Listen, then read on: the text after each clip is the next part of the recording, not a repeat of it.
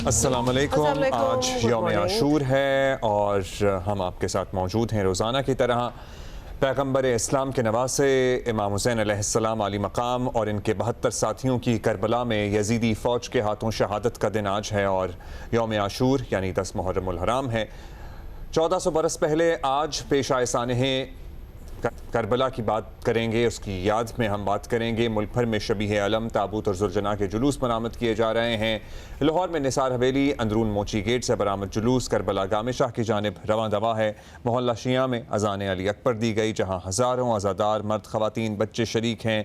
कराची में मरकजी जुलूस निश्तर पाक में मजलिस अज़ा के बाद आज सुबह बरामद होगा। अच्छा, मुल्तान, पेशावर, कोयटा, इस्लामाबाद, रावलपिंडी, गिलगित, स्कर्दू, मुजफ्फराबाद और दीगर शहरों में भी आशूरा के जुलूस बरामद होंगे। करबला में 3 रोज़ की भूख और प्यास के बाद कत्ल इमाम हुसैन और उनके साथियों की याद में न्याज और सबीलों का इंतज़ाम किया गया है और कोई टाइट सिक्योरिटी जो है वो भी प्रोवाइड की है ऑल ओवर द कंट्री। कुछ आपको विजुअल्स हम दिखा भी रहे हैं और इस बारे में जो भी अपडेट्स होंगी वील कीप यू पोस्टेड। और अभी हम आगे बढ़े और जो दीगर मामलात हैं उस पर अपडेट देना भी ज़रूरी है। आपने हुर्मुज़ से गुजरने वाली ट्रैफिक पर ईरान टैक्स लगाएगा या नहीं, ये एक अहम सवाल है। अमेरिका और ईरान के दरमियान MOU साइन होने के बाद मुज़ाकरात का मरकज़ अब यही नुक्ता बना हुआ है। ईरान समेत पाकिस्तान, कतर जैसे सालसों के साथ दीगर मुल्कों की कोशिशें होनी चाहिए कि इस मामले पर इत्तफाक़ राय हो जाए। ये तनाज़ा ईरान अमेरिका डील ब्रेकर बन गया तो नुकसान सबका होगा और जाहिर है फिर ऑयल प्राइसेस वही साइकिल जिससे हम गुजर चुके हैं। और ये मौका जो है ना, ये मिडिल ईस्ट में एक अमन का, एक पीस का ऐसा मौका बड़ी मुश्किल से आता है। बिल्कुल, ये this is a very rare opportunity है और इसे किसी सूरत ज़ाया नहीं होना चाहिए। अमरीकी वज़ीर ख़ारजा मार्को रूबियो जो खलीजी मुल्कों के दौरे पर हैं, उनका कहना है कि अमरीका इस मामले में बिल्कुल क्लियर है कि कोई मुल्क अब नाए हुर्मुज़ से टैक्स वसूल नहीं कर सकता।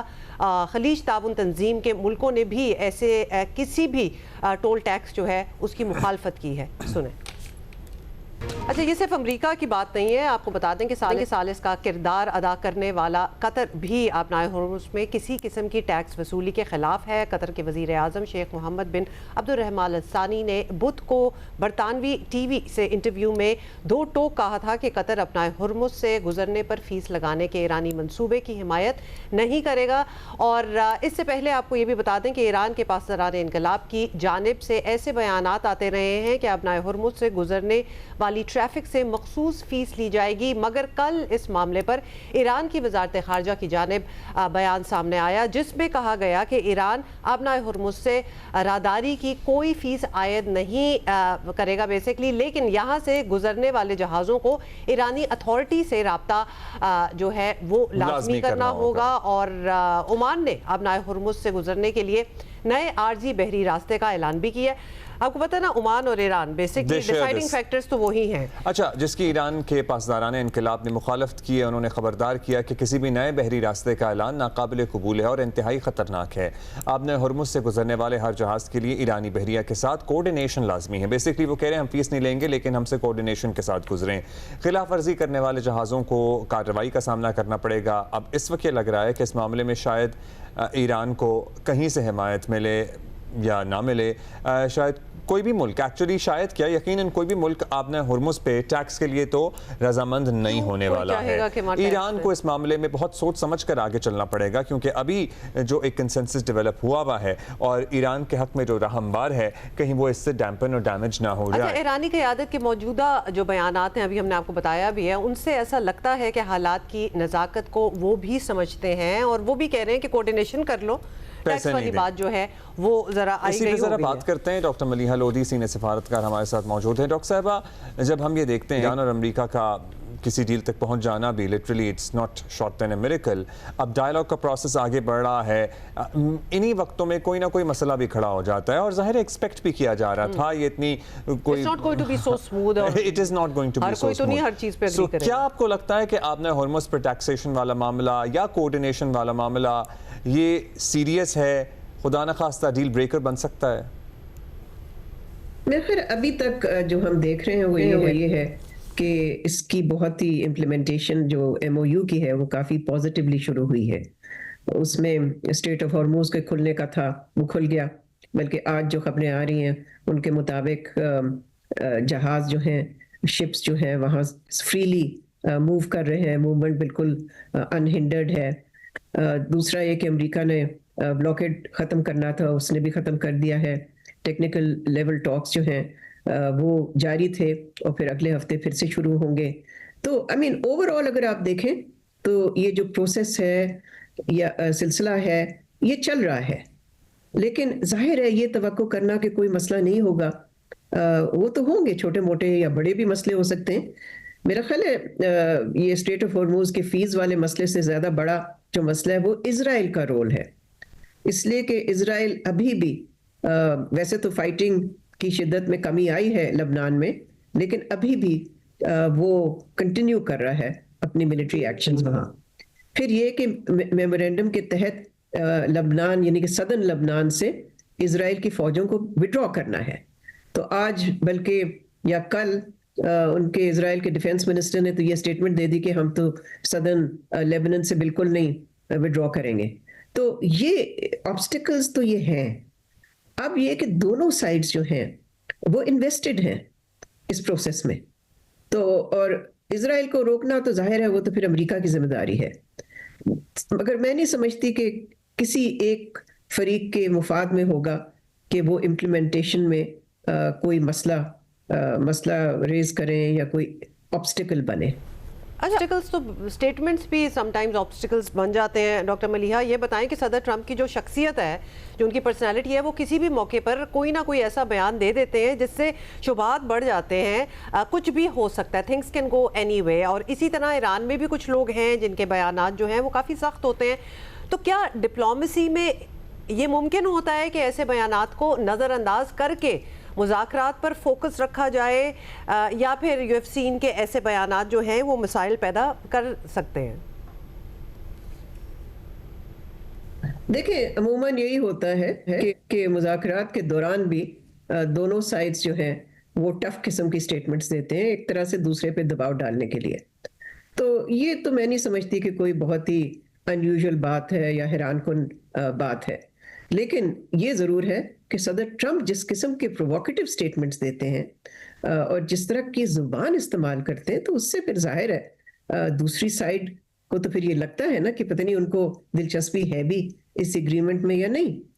लेकिन मैं समझती हूँ कि काफ़ी हद तक ईरानियन लीडरशिप अब आदी भी हो गई होगी सदर ट्रंप के बयान जिस तरह से आते हैं वो, तो वो किसी हद तक वो डिस्काउंट भी करते होंगे उसको कि वो ठीक है इस तरह के बयान देते रहते हैं, लेकिन जो असल चीज़ है उसमें तो कोई ताख़ीर नहीं हो रही और प्रोसेस जो है इम्प्लीमेंटेशन का MOU का वो चलता जा रहा है। तो यस ये स्टेटमेंट्स कोई जैसे मैंने पहले कहा अनयूजुअल बात नहीं है। डॉक्टर साहब अब लबनान का मामला भी ऐसा है जिस पर अभी तक ईरान की तसल्ली नहीं हुई है, बल्कि शायद पाकिस्तान, कतर और दीगर मुसालहतकारों की भी नहीं हुई है। सो क्या इसराइल को लगाम डालने की जिम्मेदारी ट्रंप के अलावा किसी और की भी हो सकती है? इसराइल किसी और की सुनेगा? किसी और के दबाव में आ सकता है? ईरान पे इसराइल को रोकना तो अमेरिका की रिस्पॉन्सिबिलिटी है, और एक ही मुल्क है जिसकी इसराइल सुनता है वो अमेरिका, और उसकी वजह तो बड़ी बुनियादी है ना।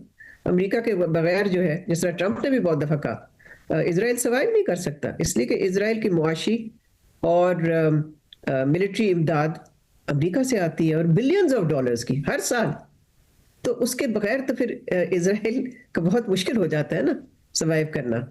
तो इसीलिए अमेरिका के पास लेवरेज है कि वो दबाव डाल सकता है अगर वो चाहे। और आपको पता ही है कि अमेरिका में भी जिस तरह से ओपिनियन पोल्स हमें ये दिखा रहे हैं कि इसराइल की जो हिमायत ट्रेडिशनल होती थी वो बिल्कुल ख़त्म होती जा रही है।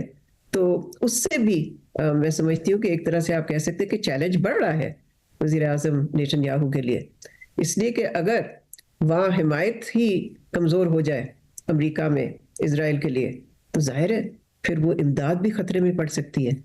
तो ये सारी चीज़ों की वजह से हम ये ज़रूर कंक्लूड कर सकते हैं कि अमेरिका अगर चाहे तो वो बिल्कुल इसराइल को लगाम दे सकता है, वो चाहे इसराइल को रोक सकता है, और उसको पता है कि अगर वो इसराइल को नहीं रोकेगा तो इसराइल के जो एक्शंस हैं, करतूत हैं साउथ लबनान में और उसकी जो फौजी कार्रवाई है वहाँ, वो एक डील ब्रेकर के तौर पे भी हो सकती है।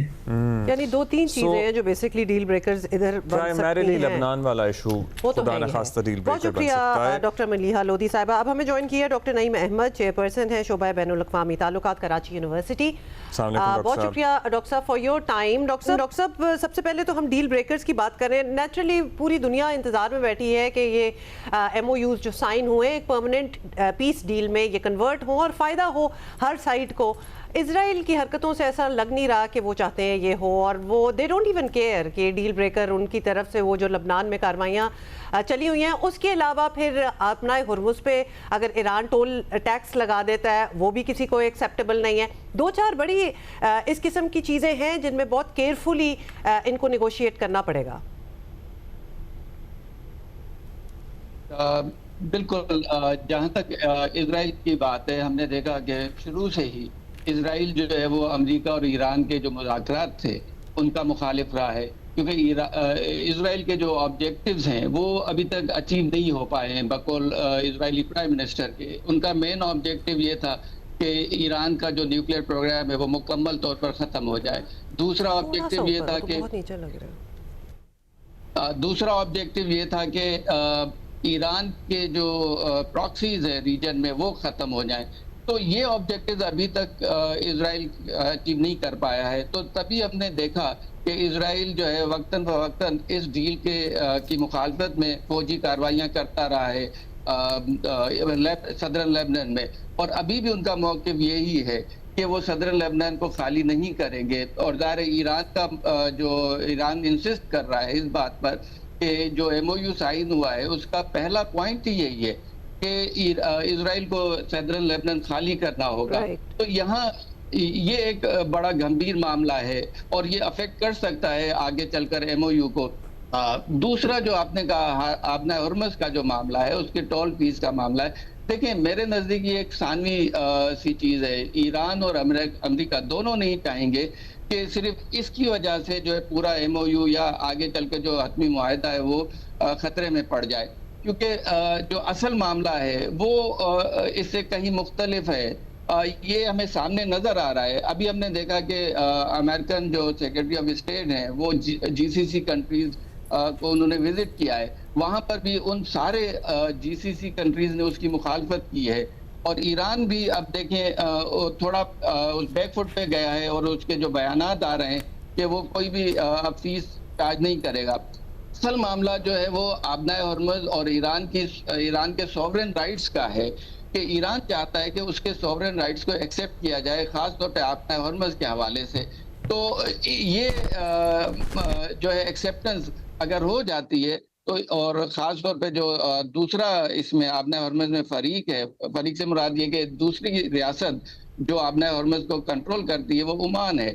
तो ये दोनों अगर सॉवरेन राइट्स इनके एक्सेप्ट हो जाते हैं तो मामला किसी हद तक बेहतर हो सकता है। अच्छा, आपको क्या लगता है, ये कल ओमान ने ऐलान किया कि एक ऑल्टरनेट रास्ता जिस पे ईरान ने अपने तहफ़्फ़ुज़ात का भी इजहार किया, यहाँ ज़ाहिर है हम ये तवक्को कर रहे थे कि ईरान और ओमान कोऑर्डिनेशन में कोई प्लान तैयार करेंगे। ईरान का ये कहना कि हाँ जी हम फ़िलहाल पैसे तो नहीं लेंगे लेकिन हमारे से कोऑर्डिनेशन के साथ गुजरें, इससे क्या इस्टेब्लिश करने की कोशिश की जा रही है? वो ट्रम्प कार्ड जो ईरान के हाथ आया ड्यूरिंग दिस वॉर, वो इसको they want to continue to hold it as a leverage. और डॉक्टर साहब ये इतनी वैसे तो कोई अनरीजनेबल बात भी नहीं है, क्योंकि अगर आप दुनिया के बाकी वाटरवेज वगैरह भी देखें, उन मुल्कों की अथॉरिटी होती है कि जिसमें टर्की और बॉस्फोरस की मिसाल दी जाती है, मतलब वो एस्कॉर्ट करते हैं। तो ये तो एक निज़ाम है दुनिया का। देखें, जहाँ तक ईरान का ताल्लुक है, जैसे मैंने पहले कहा कि सॉवरेन राइट्स का मामला है, और जो ओमान ने मुतबादिल रास्ते की बात की है, ईरान मुखालफत ही इसी वजह से कर रहा है। हमने देखा कि जंग जब शुरू हुई तो ईरान के पास ये सबसे ज़्यादा मौसर और चीपेस्ट वेपन था, और उसकी वजह से देखें पूरी दुनिया की मईशत हिल के रह गई। अमेरिका खुद और यूरोप के जो ममालिक हैं उनके दरमियान एक दरार पड़ गई, पूरी जो ऑयल शिपिंग है वो मुतासिर हुई। तो ईरान कभी भी नहीं चाहेगा कि कोई ऐसा मुतबादिल रास्ता हो जिससे आबना हुर्मुज़ के ऊपर उसका जो राइट है या उसकी जो इजारादारी है या उसका कंट्रोल है वो मुतासिर हो। ये अमेरिका कभी भी नहीं सॉरी ईरान कभी भी नहीं चाहेगा। नहीं तो अगर ये ईरान नहीं चाहेगा डॉक्टर साहब, तो बाकी जो खित्ते के ममालिक हैं, let's talk about the Gulf states as well and America itself, वो ये होने देंगे कि हाँ ये कंट्रोल, अगर पैसे नहीं तो एटलीस्ट ये कंट्रोल बरकरार रहेगी, तो किसी के लिए भी एक्सेप्टेबल नहीं होगा। ये यूएई के लिए भी एक्सेप्टेबल नहीं हो प्रॉब्ली, और ये कतर के लिए जो सालिस भी है उसके लिए भी शायद एक्सेप्टेबल ना हो। जी, मामला यही है कि जो फीस है वो या टोल है वो ईरान जो है वो चार्ज ना करे, और अरब कंट्रीज का भी यही प्रेशर है ईरान के ऊपर। लेकिन इसका कतई ये मतलब नहीं है कि कोई मुतबादिल रास्ता जो है वो इसका जो ओमान ने प्रोवाइड किया है वो स्ट्रेट ऑफ हॉर्मुज़ का ऑल्टरनेट हो सकता है। ये एक नेचुरल आबी गुजरगाह है और जाहिर है ये सदियों से ये चली आ रही है। डॉक्टर साहब सॉरी आपको यहाँ मैं जरा रोक रही हूँ, क्या आप हमें प्री वॉर अरेंजमेंट क्या थी? ये जो जंग छिड़ी थी, यूएस इजराइल ने ईरान पे अटैक किया, उससे पहले तो हुर्मुज़ खुला ही हुआ था और सारी शिप्स वगैरह आगे वो चल रहा था। तो उस वक्त जो अरेंजमेंट थी वो हमें समझा दें, और क्या वही अरेंजमेंट वापस नहीं हो सकती इम्प्लीमेंट?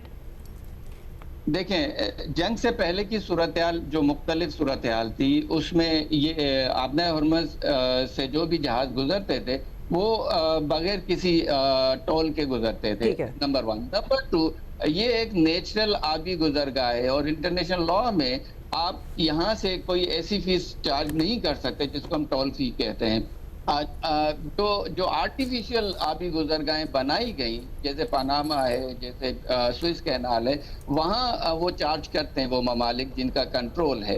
तो लेकिन हमने देखा कि आबना हुर्मुज़ का जो मामला है वो जंग के दौरान पेश आया है और इसको ईरान ने बड़े इफेक्टिव तरीके से यूज किया है। तो ये हो सकता है कि जंग से पहले की सूरत हाल पे वापस आ जाए मामला। डॉक्टर साहब, अभी ईरान ये कह रहे हैं कि चलिए हम टोल नहीं लेते, टोल की अभी भी बात नहीं है, वैसे तो 60 दिन तक था नहीं, वो कह रहे हैं टोल नहीं होगा लेकिन हमारे से कोऑर्डिनेशन के साथ गुजरें। यानी वो बेसिकली चाहते हैं कि अथॉरिटी हमारी हो और ये सारे माने कि अथॉरिटी अभी भी हमारी ही है।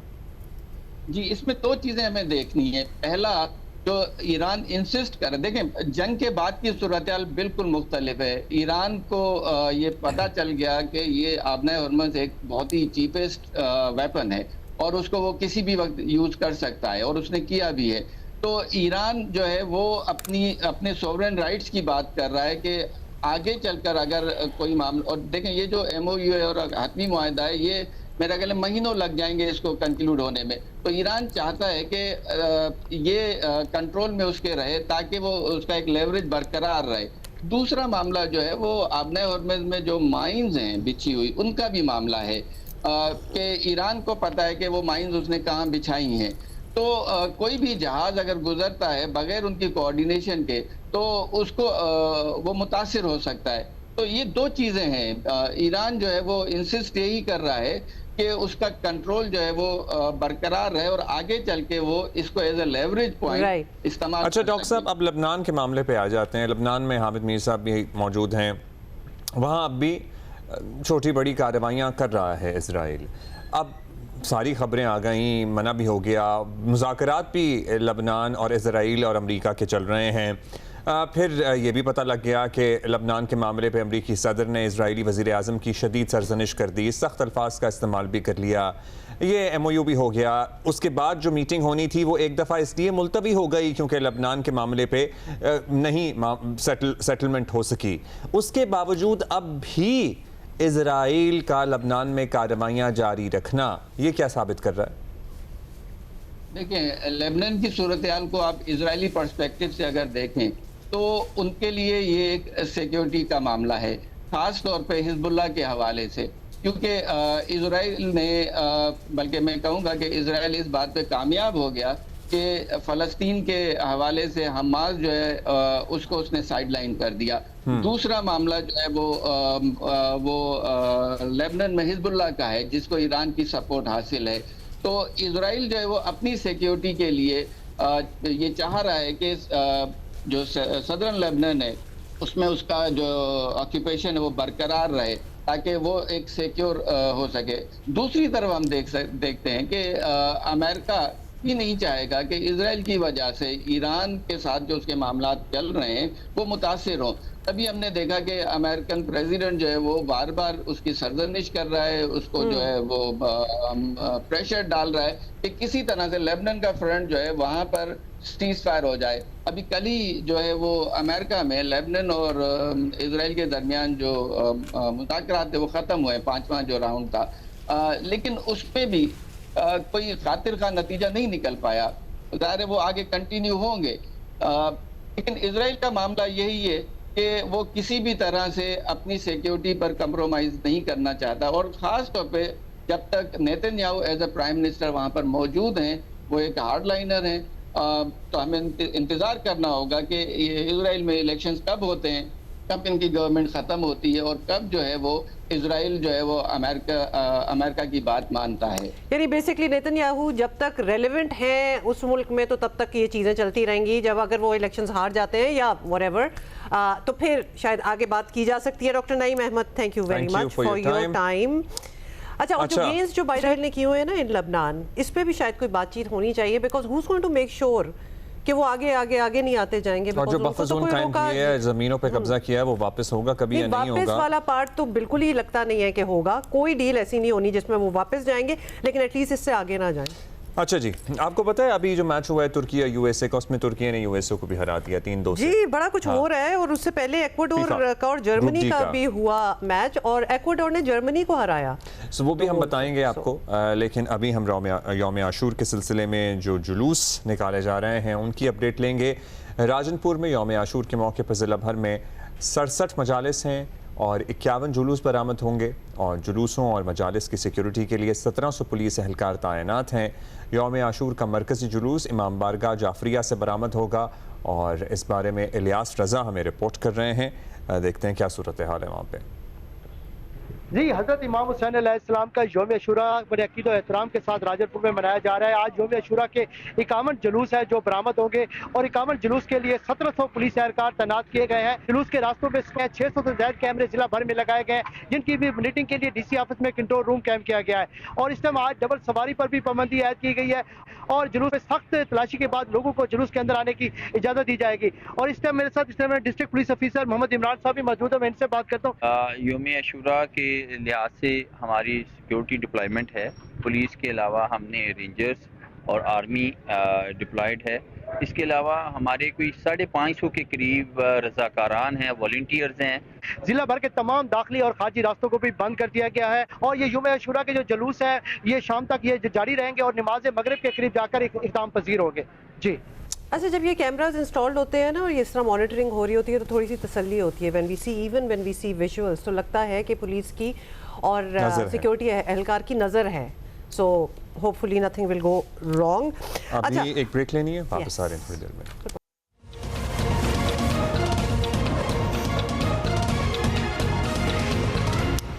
Welcome back. अच्छा जी, अब ज़रा इंटरनल पॉलिटिक्स पे आ जाते हैं और आपको बताएं कि तहरीक इंसाफ की सियासी मुश्किलात अपनी जगह, लेकिन पार्टी की अंदरूनी सियासत खुद पार्टी के लिए दर्द सर बनी हुई है for a while now.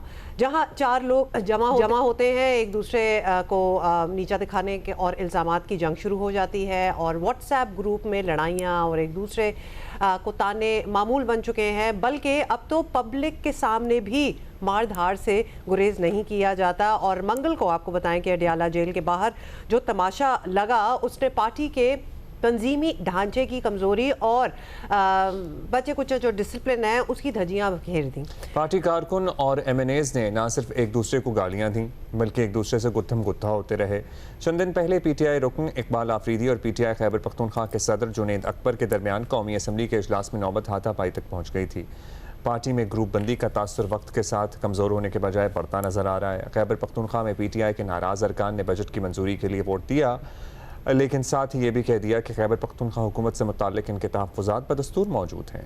Party कारकुनों का बड़ा हल्का और बास सियासी रहनुमा जो साबिक वज़ीर आला अली अमीन गंडापुर पर इमरान खान के लिए रिहाई की कोशिशें न करने का इल्ज़ाम लगाते थे, अब सुहेल आफरीदी उनके निशाने पर हैं। तहरीक इंसाफ में पार्टी डिसिप्लिन पहले भी आइडियल तो नहीं था, लेकिन अब हालात मज़ीद ख़राब तर होते जा रहे हैं। ग्रुप बंदी की वजह से पार्टी में फैसला साजी का शदीद बहरान है।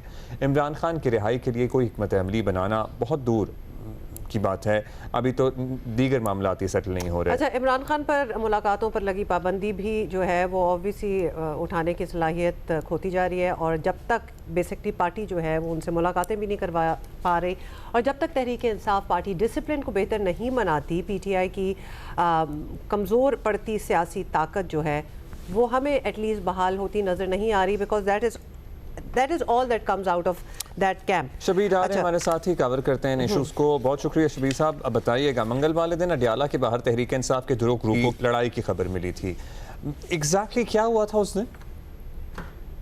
देखें, अडियाला जेल के बाहर गुज़श्ता 3 साल के दौरान ऐसे बेशुमार वाक़यात सामने आए हैं। कुछ वाक़यात तो हमने रिपोर्ट भी किए हैं जिसमें न सिर्फ पीटीआई कारकुनान को आपस में लड़ते झगड़ते देखा गया, बल्कि अलीमा खान की भी मुतादिद मौके पे अपने वकला से, अपने लीडर से तल्ख कलामी हुई, जिसकी वीडियोस भी सामने आई। इसी तरह पीटीआई की लीडरशिप भी अक्सर औकात हम देखते हैं कि एक दूसरे से नाराज़ नज़र आते हैं। ओवरऑल पार्टी पॉलिसी को लेकर, हिकमत अमली को लेकर, इमरान खान साहब के केसेस को लेकर, उनकी राय को लेकर। जिस वाक़े का आप जिक्र कर रहे हैं ये 2 रोज़ कबल का वाक़या है। रवां हफ्ते जब मंगल के रोज़ अडियाला जेल में मुलाकातों का दिन था, अलीमा खान अपनी दोनों बहनों के हमरा मुलाकात के लिए आई थी। इसी तरह बाकी पार्टी लीडर्स भी यहाँ मौजूद थे और कारकुनान भी आए थे। इकबाल आफरीदी साहब और साहिबजादा सिबगतुल्लाह साहब की जो लड़ाई है वो बेसिकली पार्लियामेंट से शुरू हुई, जब 11 जून को इकबाल आफरीदी की बजट सेशन के हवाले से रुकनीत मुअत्तल की गई स्पीकर कौमी असम्बली की जानिब से। तो उसके बाद उन्होंने बैरिस्टर गौहर खान से भी बदतमीजी की और कई बाकी लीडर्स ने भी शिकायत की। तो ये लड़ाई वहाँ से शुरू हुई और ये अडियाला जेल पहुंची। मंगल के रोज जब ये दोनों रहनुमा वहाँ पहुंचे तो बड़ा क्राउड था, करीबन 1000-1500 लोग वहाँ पे जमा थे, शाहिद खटक थे वहाँ पे, इसी तरह सलमान अकरम राजा साहब थे, बाकी लोग भी थे। तो इकबाल आफरीदी ने सडनली साहिबजादा सिबगतुल्लाह साहब पे अटैक किया और उनको मुक्का मारा और एकदम भगदड़ मच गई। और चूँकि हम वहाँ मौजूद थे, हम ये सारी सूरत हाल देख रहे थे, तो हमने जानने की कोशिश की थी आखिर वजह क्या हुई है, क्या इसके पीछे रीज़न क्या है। तो पता चला यही कि ये सिलसिला जो है पार्लियामेंट से शुरू हुआ और वहाँ से लेकर अब ये अडियाला जेल पहुंची है लड़ाई। और इसी तरह जो उसके बाद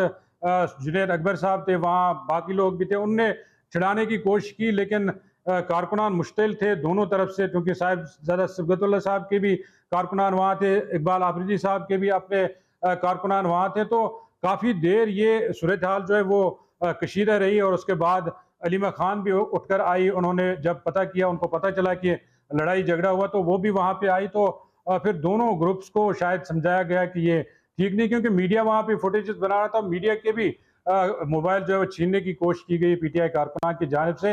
लिहाजा ये लड़ाई झगड़ा तो अब पुरानी बात हो गई, एक मामूल बन गया। जब भी 2 हफ्ते कबल सुहेल आफरीदी साहब जब आए थे तो उस वक्त भी कारकुनान ने सुहेल आफरीदी से शिकायत की थी, बड़े एग्रेसिवली उनसे बल्कि बदतमीजी भी की गई थी। तो उस वक्त भी ये इस तरह का एक वाक़या पेश आया। तो ये एक अब मामूल बन गया ओवरऑल अडियाला जेल के बाद, क्योंकि मुलाकातें हो नहीं रही है, केसेस लग नहीं रहे हैं, इसी तरह रिहाई भी अब मुश्किल ही नज़र आ रही है। लिहाजा अब एक फ्रस्ट्रेशन है पीटीआई के अंदर और ये फ्रस्ट्रेशन अब मुख्तलिफ सूरतों में हमें जो है अब अडियाला जेल के बाहर भी नज़र आ रही है। अच्छा शबीर, ये भी बताएं कि अब तो तहरीक इंसाफ की पार्लिमानी कमेटी तक में भी ये बात खुल चुकी है कि जुनैद अकबर और इकबाल आफरीदी जो हैं उनका ज़ाती मसला था जो कि कारकुनों की लड़ाई में बदल गया। मतलब ये सबसे बड़ी और चीज़ ये कि उनके कुछ पर्सनल इश्यूज चल रहे हैं, जो कारकुन भी इन्होंने क्या अपनी अपनी टोलियाँ बनाई हुई हैं छोटी छोटी, क्या हो रहा है। तो इस मसले का हल पार्टी क़यादत क्या निकाल रही है, किस तरह सुलह सफाई मुमकिन हो, क्योंकि डिसिप्लिन तो बहुत मुतासर हो रहा है इसी वजह से। जी, एक तो इकबाल आफरीदी को पार्लिमानी पार्टी से बाहर निकाला गया है। अब सुनने में ये भी आ रहा है शायद उनको शोकाज नोटिस भी दिया जाएगा, क्योंकि मेरी बात हुई थी बैरिस्टर गौहर खान साहब से, सलमान अकरम राजा साहब से, इसी तरह कई और लोगों से भी बात हुई। ओवरऑल पार्टी में एक जो इम्प्रेशन है इकबाल आफरीदी को लेकर वो ये है कि वो हर जगह लड़ाई झगड़ा करते हैं, हर किसी से बदतमीजी करते हैं, वो चाहे पार्लियामेंट हो, चाहे कोई पार्टी की तकरीब हो, वो अडियाला जेल हो, वो तो हर जगह लड़ाई झगड़े में ही मुलव्वस रहते हैं। लेकिन पार्टी के अंदर बहुत सारे लोग इकबाल आफरीदी के मौक़िफ़ की हिमायत भी करते हैं, क्योंकि इकबाल आफरीदी का मौक़िफ़ है कि जो इस वक्त पार्टी की लीडरशिप है, वो चाहे केपी के लीडरशिप है, वो चाहे पार्लियामेंट में, वो अपने मामलात में लगे हुए हैं। वो इमरान खान साहब की राय के लिए, उनकी सेहत के लिए, उनके केसेस के लिए कुछ नहीं कर रहे हैं। लिहाजा पार्टी में एक बहुत बड़ा हिस्सा इकबाल आफरीदी साहब की भी हिमायत कर रहे हैं। लेकिन अब पार्टी के अंदर से ये भी खदशा जाहिर किया जा रहा है कि ये जो लड़ाई अडियाला जेल के बाहर हुई है इकबाल आफरीदी और सिबगतुल्लाह की, ये केपी ना चली जाए, वहाँ कोई बड़ा तसादुम ना हो जाए। लिहाजा इस वक्त पार्टी की लीडरशिप जो है वो इकबाल आफरीदी के मुतल्लिक शिकायत तो कर रहे हैं, लेकिन इस बात का भी, इस खदशे का भी इजहार किया जा रहा है कि लड़ाई बढ़ ना जाए और ये केपी ना चली जाए। लिहाजा इसको कूल डाउन करने की कोशिश की जा रही है। ठीक है जी, इकबाल आफरीदी वाले मामले में लड़ाई को कूल डाउन करने की कोशिश की जा रही है। शौकत यूसुफजई साहब हमारे साथ मौजूद हैं, मरकज़ी रहनुमा हैं, पाकिस्तान तहरीक इंसाफ के सेक्रेटरी जनरल हैं। बहुत शुक्रिया शौकत साहब, thank you for your time sir. Sir बताइएगा, ज़ाहिर है मसले तो हैं और नेचुरली जब लीडर नहीं दस्तयाब होता या अवेलेबल नहीं होता तो मसले होते हैं, लेकिन लीडरशिप तो मौजूद है। उसके बावजूद जिस किस्म के इशू सामने आ रहे हैं और एक्चुअली लीडर है कौन, अभी इमरान खान साहब की गैर मौजूदगी में ये भी कन्फ्यूजन रहती है, who is calling the shots जिसे कहते हैं ना। अलीमा खान साहिबा हैं या फिर बैरिस्टर गौहर हैं या सलमान अकरम राजा हैं या सुहेल आफरीदी हैं। खिचड़ी सी बनी हुई है सर, हमें ज़रा मदद करें, समझाएं। बहुत शुक्रिया। देखिए, ये खिचड़ी तो हर पार्टी में होती है ना, हर बंदे अपनी हैसियत होती है, लेकिन जाहिर है लीडर जो आप चेयरमैन कहते हैं तो वो बैरिस्टर गौहर साहब हैं। और पार्टियों में ये लड़ाइयाँ ये कोई पहली दफा तो नहीं है, हर पार्टी के अंदर जो जमहूरी पार्टी होती है, लेकिन इस चीज को देखा जा रहा है क्योंकि ये जब सड़कों पे लड़ाई आ जाती है ना, क्योंकि जब पार्लिमानी पार्टी की मीटिंग्स होती हैं तो उसमें तो तल्ख कलामी भी होती है, सब कुछ होता है, लेकिन जब सड़कों पे चीजें आ जाती हैं ना तो फिर उस चीज को फिर उसका नोटिस लिया जा रहा है। तो अब देखना ये है कि इसको क्या कर रहे हैं। अभी कुछ ख्याल तो यही है कि कोई कमेटी बना के इस मसले का कोई हल निकाले, या दूसरी बात ये है कि शोकाज नोटिस तो डिसिप्लिन की वजह से शायद दे दिया जाए, लेकिन कोशिश यही होगी कि इस मसले का कोई हल निकाला जाए, क्योंकि कुछ चीज़ें पर्सनल भी हो रही हैं, कुछ चीज़ें वो भी हैं जो बताई कुछ और जा रही हैं, अंदर से कुछ और हैं। तो मेरे ख्याल से अब पार्टी की लीडरशिप को, मैंने पहले भी कहा था कि डिसिप्लिन बहुत लाजमी है पार्टी के अंदर। शराफत अपनी जगह, लेकिन पार्टी की जो डिसिप्लिन है उस पर जितनी भी सख्ती की जाए वो होनी चाहिए। साहब, बात ये है कि जब अपनी ऑलरेडी मतलब इतने आइडियल सिचुएशन नहीं है पार्टी की, with the leader being behind bars for years, ये एक बहुत ही चैलेंजिंग सिचुएशन है। और उसमें ऑन टॉप ऑफ इट अगर अपनी आपस की लड़ाइयाँ भी बीच में आके रोल इस तरह प्ले करना स्टार्ट हो जाए कि वो जो कारकुन हैं वो भी आपस में लड़ लें, मतलब कि यहाँ लड़ाई की एक लीडर के लिए होने, ये हम समझना चाह रहे हैं। तो फिर यही होगा कि हर बार कुछ ऐसा हुआ तो फिर जो परपेट्रेटर होगा उसको निकाल देंगे, जैसे कि इकबाल आफरीदी के साथ हुआ है। नहीं, मेरे ख्याल से बहुत बुरा हुआ है, ये नहीं होना चाहिए। इकबाल आफरीदी 96 का वर्कर है और जब ये शामिल हो रहा था तो मैं खान के साथ उस वक्त मीडिया एडवाइजर था उनका 96 में, जब पहली दफा पार्टी बनी थी। तो जब ये शामिल हो रहे थे तो मैं उनके साथ किया था और मैं इकबाल आफरीदी को जानता हूँ, थोड़ा सा जज्बाती है और जज्बात की वजह से शायद ये चीज़ें हो रही हैं उनसे। और लेकिन ये कि पार्टी के अंदर डिसिप्लिन लाना जो है वो बैरिस्टर गौहर साहब और हमारी पार्टी की जो मशरान है, बड़े हैं, उनकी जिम्मेदारी है।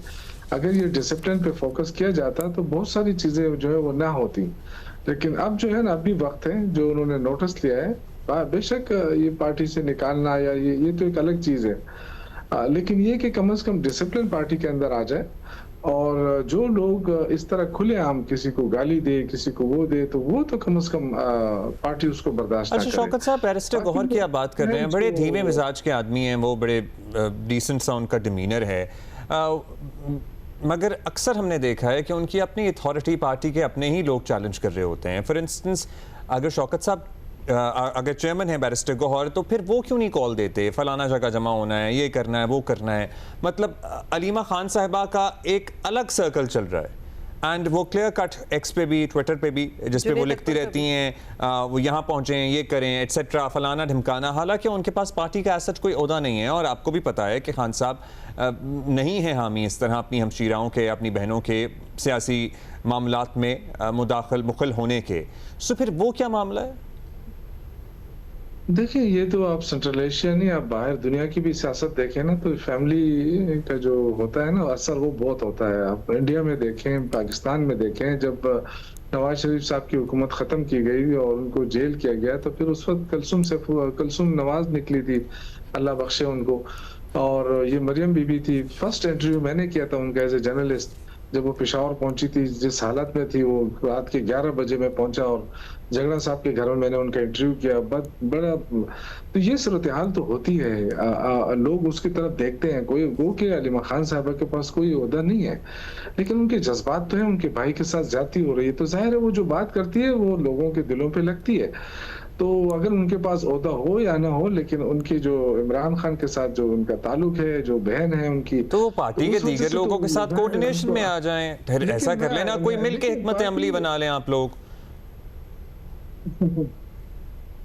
नहीं देखें, इस पे तो सारे मुत्तफिक है ना कि जी उनके साथ मुलाकात होनी चाहिए, और इस वजह से पूरी पार्टी वहां जाती है, लीडरशिप जाती है। देखिए ना, सूबाई सदर है हमारे जुनैद अकबर खान, बैरिस्टर गौहर साहब चेयरमैन हैं, बाकी जितने भी, सलमान अकरम राजा साहब को आप देखें, ये सारे लोग वहाँ मौजूद होते हैं मंगल के दिन। अच्छा शौकत साहब, आप एक सेकंड, अभी आप हम तो शौकत साहब सॉरी, आप बात कर रहे थे, हम अलीमा खान साहिबा की हमने बात की। आजकल एक और भी बड़ा मुतनाज़ शख्स हैं, जैरेड कुशनर, जो कि सन इन लॉ हैं ट्रंप के, उन पे भी बड़े सवाल उठते हैं कि वो हर मीटिंग में क्यों बैठे होते हैं। तो लिहाजा हर फैमिली मेंबर जो होता है वो ज़रूरी नहीं है कि चीज़ें जो हैं वो बेहतर ही हों, वो बिगड़ जाता है मामला।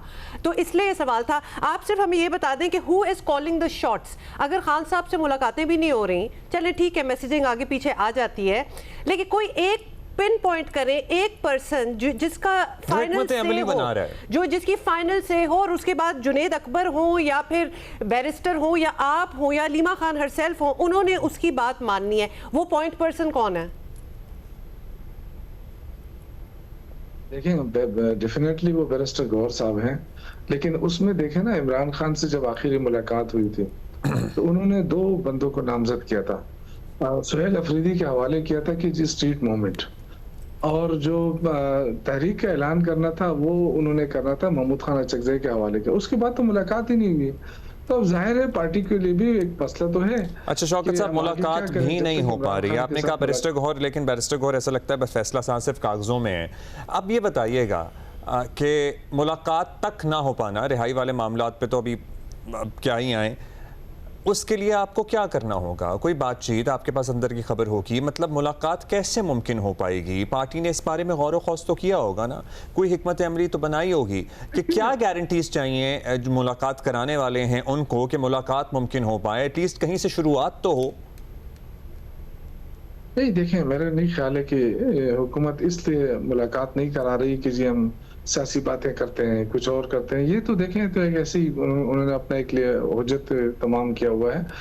बाकी जो है ना, हुकूमत को खौफ है इमरान खान से कि वो जेल में बैठकर भी अगर कोई कॉल देगा तो वो उसका असर होता है। नहीं शौकत साहब, इससे पहले खान साहब ने जेल में बैठ के मुतअद्दिद कॉल्स दी, तमाम कॉल्स नाकाम हुई और मुलाकातें भी हो रही थी, और उसके उसको नाकाम तो नहीं कह सकते ना। देखिए, आप उसको नाकाम नहीं कह सकते हैं, इतने बड़ी तादाद में लोग निकलते हैं। चलिए, कामयाब नहीं हो सकी, जो मकसद था वो हासिल नहीं हो सका, उनको मारा जाता है, उनको जेलों में डाला जाता है, फिर भी लोग निकलते हैं, फिर भी लोग अडियाला जेल के बाहर चले जाते हैं। तो देखिए, ऐसा नहीं है, सियासी लोग हैं ना हम, और हमें सियासी स्ट्रगल करनी है। हम तो कोई जेल तोड़ने तो नहीं जाते हैं ना हम जा सकते हैं, क्योंकि हम कोई जत्था तो नहीं है, हम पॉलिटिकल पार्टी हैं, जमहूरी पार्टी हैं। सो आपके ख्याल में मुलाकातें होना कैसे मुमकिन हो पाएगा दोबारा? देखिए, ये तो हुकूमत के ऊपर डिपेंड करता है ना। मैंने आपसे कहा ना कि हम सियासी लोग हैं, हम सियासी जदोजहद कर सकते हैं और हम कर रहे हैं। लेकिन इस हमारी तारीख भरी पड़ी है, क्या पहले जुल्म ज्यादतियां नहीं हुई है? लोगों के साथ होती रही, लेकिन बाद में माफिया मांगी गई। तो अब यही हुकूमत है। अब जाहिर है इसने अगर आवाम को कुछ दिया होता तो हम कहते कि ठीक है आप जारी रखें, इमरान खान जेल काट लेगा, लेकिन ये हुकूमत भी तो डिलीवर नहीं कर रही है ना। माशी तौर पे ये हुकूमत दिवालिया हो रही है। पूरे के पूरे कर्जे आप देखिए 1,00,000 अरब तक कर्जा पहुंच गया पाकिस्तान का, 43,000 से लेके। इमरान खान की जब हुकूमत खत्म हो रही थी 43.3 वो था हजार अरब था कर्जा, आज 1,00,000 अरब है। तो अब कोई पूछने वाला नहीं है कि ये जो कोई पूछने वाला नहीं है शौकत साहब, यही तो सवाल आपसे कर रहे हैं कि आप लोग पूछने वाले हो सकते थे अगर आप within your own party organised होते। अब ये खुली छूट मिली हुई है, फिर तो हुकूमत को भी वो करने की जो करना चाहते हैं, क्योंकि आप लोग बिल्कुल ऑर्गेनाइजेशन का शिराजा बिखरा हुआ है।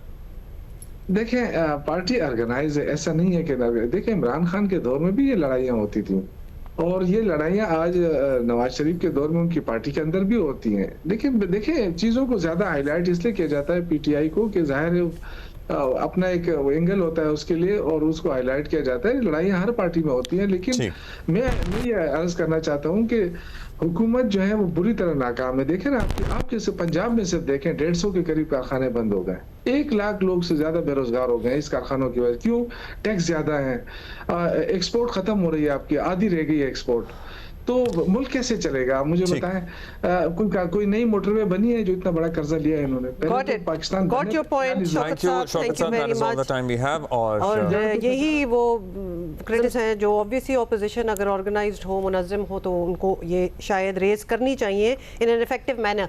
In the mean time Faisalabad हम आपको लेके जा रहे हैं। फैसलाबाद में यौम आशूर पर 153 जुलूस और 25 मजालिस का इनेकाद किया जा रहा है। मरकजी जुलूस कब बरामद होगा और सिक्योरिटी के क्या इंतजामात हैं, हमें बता रहे हैं नुमाइंदा जियो न्यूज़ हमाद अहमद। जी फैसलाबाद ज़िला भर में आज यौम आशूर पर 153 जुलूस जो है वो बरामद हो रहे हैं, जबकि 25 मजालिस का इनेकाद किया जा रहा है। मरकज़ी जुलूस अमाम बारगाह अज़ा खाना शब्बीर दोबी घाट से बरामद होगा। इससे कबल यहाँ पर मजलिस का आगाज़ हो चुका है और मजलिस के इख्तिताम के बाद ये जुलूस जो है वो अपने रवायती रास्ते से होता हुआ बुहाना बाज़ार से 8 बाज़ारों में दाखिल होकर चौक घंटाघर पहुँचेगा, जहाँ पर शहर के दीगर मुख्तलिफ इलाकों से निकलने वाले जुलूस भी इस मरकज़ी जुलूस में शामिल हो जाएंगे और चौक घंटाघर के मुकाम पर मातमदारी की जाएगी। सिक्योरिटी के हवाले से बात की जाए तो फुल प्रूफ इंतजामात किए गए हैं। मरकज़ी जुलूस के इतराफ़ में 1 किलोमीटर के रेडियस में तमाम तर इलाके को सील किया गया है। खारदार तारें लगाई गई हैं, जो बैरियर्स लगाए गए हैं और मजबूरी तौर पर 9,000 से ज़ायद पुलिस एहलकार जो ड्यूटी पर मामूर किए गए हैं, जबकि जुलूस और मजालिस की निगरानी जो है वो CCTV कैमरों से की जा रही है। ख़ुसूसी तौर पर भी कैमरे लगाए गए हैं और सेफ सिटी के कैमरे भी मौजूद हैं और इनको कंट्रोल रूम के साथ मुंसलिक किया गया है और इसके अलावा रिज़र्व फोर्सेस भी मौजूद हैं जो किसी भी हंगामी सूरत हाल में अलर्ट हैं। जी शुक्रिया आपका। बहुत शुक्रिया Hammad Ahmad for reporting from Faisalabad. अच्छा वेनेज़ुएला भाई, क्या अल्लाह अकबर, क्या मनाजिर हैं, दिल दहला देने वाले, क़यामत के मनाजिर हैं। लिटरली ऐसा लगता है कि क़यामत आएगी तो ऐसे ही आएगी। वेनेज़ुएला में यके वादी गिरे 7.2 और फिर 7.5 शिद्दत के जो ज़लज़ले आए हैं उससे कायम मकाम सदर की समेत 235 से ज़ायद हलाकतों की तस्दीक हो गई है। 15 हज़ारों में जाएगी ये तादाद, हज़ारों में। This is reminiscent of our own earthquake. और आपको पता है ना कि शुरू में लगता था कि शायद मामला इतना बुरा नहीं होगा और फिर बात हज़ारों तक पहुँच गई। मर्दानवी मीडिया के मुताबिक 30,000 अफराद लापता हैं अभी। ज़ाहिर है पूरी अपार्टमेंट बिल्डिंग्स, पूरे कंपाउंड गिर गए, पूरे कंपाउंड हाई राइजेस ज़मीन बोस हो गई हैं। ऑब्वियसली लोग थे उनमें, घरे हैं लोगों के। Okay, we'll talk about this later। अल्लाह ताला रहम करे और बस क्या ही कहा जा सकता है। अच्छा जी, लाहौर में एक इदारा है जो बड़ा ज़बरदस्त काम कर रहा है and we thought it's important कि उसके बारे में ज़्यादा लोगों को पता हो। Pakistan kidney and liver institute PKLI 24 घंटों में 10 मरीज़ों का कामयाब जिगर ट्रांसप्लांट करके दुनिया तिब को इन्होंने हैरत में डाल दिया है। मजमूई तौर पर 10 डोनर्स और 10 मरीज़ों पर मुश्तमिल 20 सर्जरीज़ एक ही दिन में की गई हैं। जो एक रिकॉर्ड है। एब्सोल्युटली, यकीनन ऑब्वियसली PKLI के डॉक्टर्स और दीगर जो पैरामेडिकल स्टाफ है इस अजीम कारनामे पर मुबारकबाद के मुस्तहिक हैं, and we are going to talk to them. तो इस वक्त हमें ज्वाइन किया है डॉक्टर एहसान उल हक ने, जो कि चेयर हैं लिवर ट्रांसप्लांट PKLI। डॉक्टर साहब, कॉन्ग्रेचुलेशंस वंस अगेन। ये किस तरह हुआ कि एक ही दिन में इतनी सर्जरीज हो रही हैं? ये क्या प्लान्ड होता है to do it this way, या फिर it is just by coincidence के डोनर्स भी मिल गए और ऑब्वियसली पेशेंट्स तो आपके पास थे he who needed these transplants? बिस्मिल्लाहिर्रहमानिर्रहीम, थैंक यू। बेसिकली इसमें अब होता ये है कि चूँकि अब PKLI हॉस्पिटल ये एक रेफरल सेंटर है जहाँ पे पूरी पाकिस्तान से बल्कि बाहर से भी पेशेंट रेफ़र होते हैं ट्रांसप्लांट के लिए। इस पर गवर्नमेंट लॉ कोई भी बंदा अगर जो डोनेट करना चाहते हैं तो वो एक फैमिली मेम्बर होना ज़रूरी है। बहुत सारे पेशेंट्स हमारे पास आते हैं जो कि फैमिली मेम्बर्स होते हैं, डोनेट भी करना चाहते हैं, या तो ब्लड ग्रुप की कंपेटिबिलिटी की वजह से, या टेक्निकली, या जो जिगर का साइज़ होता है वो छोटा होता है जिसके बेस पे वो अपने पेशेंट को डोनेट नहीं कर सकता। इसी तरह बहुत सारे पेशेंट्स हमारे पास जमा हो जाते हैं और उसके लिए जो ऑप्शन होता है आपके पास, या तो ये कि कैडेवरिक ट्रांसप्लांट हो, और दूसरा जो ऑप्शन होता है कि आप इनको एक्सचेंज कर लें। तो इसी तरह ये बहुत सारे पेशेंट्स जमा हो जाते हैं जिनके पास डोनर तो होते हैं लेकिन डोनेट नहीं कर सकते।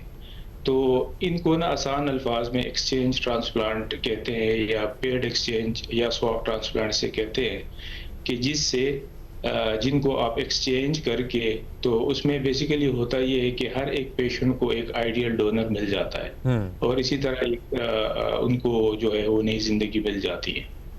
अच्छा, अब ये बताइएगा, ज़ाहिर है लोगों को इस बारे में इतनी आगाही नहीं है। जो किडनी ट्रांसप्लांट में हमने देखा है कि जो किडनी डोनेट कर रहा होता है वो फिर अपनी बकिया ज़िंदगी एक किडनी के सहारे गुजारता है, और you know one can live a normal life with that even. जो लिवर ट्रांसप्लांट होता है, क्योंकि लिवर तो हमारे पास एक ही है, किस तरह से ट्रांसप्लांट का प्रोसेस होता है? जो डोनर होता है उसकी ज़िंदगी पे क्या कोई असर पड़ता है, नहीं पड़ता है, ताकि थोड़ी सी आगाही भी आए लोगों को इस बारे। डॉक्टर साहब, ये भी बताएं कि लिवर रीजेनरेटिव ऑर्गन होता है, मतलब हम यही तो बेसिकली एक्सप्लेन करें। जी, ये एक्सप्लेन कर दें। जी बिल्कुल, ये जितने भी पेशेंट और फैमिलीज आते हैं, डोनर्स आते हैं, ऑब्वियसली डोनर एक हेल्दी इंडिविजुअल्स होते हैं।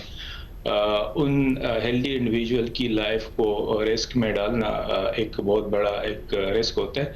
तो फैमिली की ये वरीज होती है, और हमेशा के लिए हम उनको काउंसल करते हैं कि बिल्कुल ये एक मेजर सर्जरी है लेकिन बाय एंड लार्ज एक सेफ सर्जरी है, और उस सर्जरी के एक हफ्ते बाद डोनर बिल्कुल नॉर्मल होता है, वो अपना वॉक वगैरह कर लेते हैं। हॉस्पिटल में स्टे उनका मैक्सिमम जो है 4-5 डेज होते हैं, और उसके बाद वो वापस डिस्चार्ज होकर अपने घर चले जाते हैं। एंड विद इन 15-20 डेज ये अपनी जो रूटीन्स होती है दोबारा वो रिज्यूम कर सकते हैं। तो लिवर के अंदर अल्लाह ताला ने खासियत रखी हुई है कि जो लिवर है, मतलब एक डोनर अपना 70% जिगर डोनेट करता है to an adult recipient.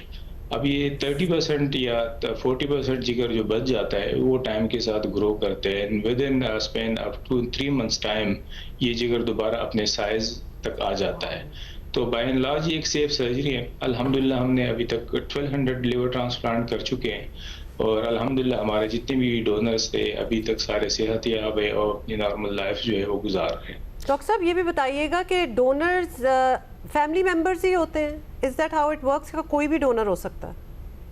Yes, as per government law यहाँ पे हर वो बंदा जो डोनेट करना चाहते हैं, तो जो फैमिली है उसके साथ इनका कोई ब्लड रिलेशन हो, जिसे हम फर्स्ट डिग्री या सेकंड डिग्री डोनर हम कहते हैं, तो जो डोनर है वो फैमिली मेंबर होना ज़रूरी है।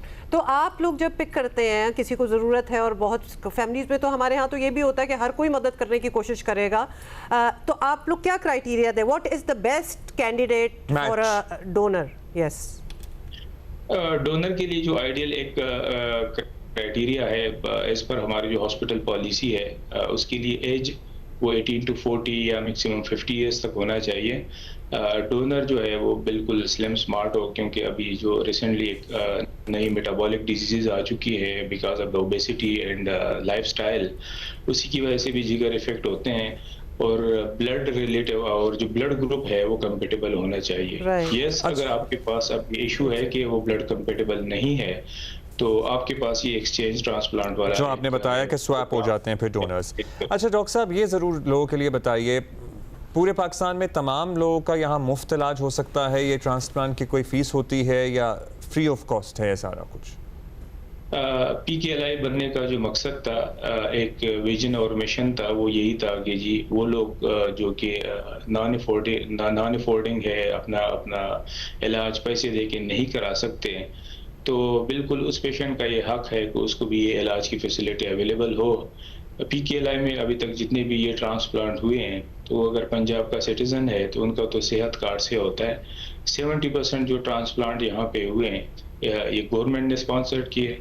बाकी जो 30% पेशेंट्स है या तो उनका सब्सिडाइज रेट पे या डिस्काउंट पे हुआ है। तो यहाँ पे एक फाइनेंशियल स्क्रीनिंग का एक मैकेनिज्म है। कोई भी पेशेंट आता है, वो कहते हैं मैं अफोर्ड नहीं कर सकता, तो उसी वो प्रोसेस से वो गुजरते हैं, और अगर अफोर्ड नहीं कर सकते उनके लिए टोटल फ्री है ये। Got it, डॉक्टर साहब, thank you so much for your time and congratulations once again. Relatively safe है और क्या ज़बरदस्त काम हो रहा है, मतलब कि एक दिन में उन्होंने किस तरह ये किया है। ब्रेक लेते हैं, वापस आते हैं थोड़ी देर।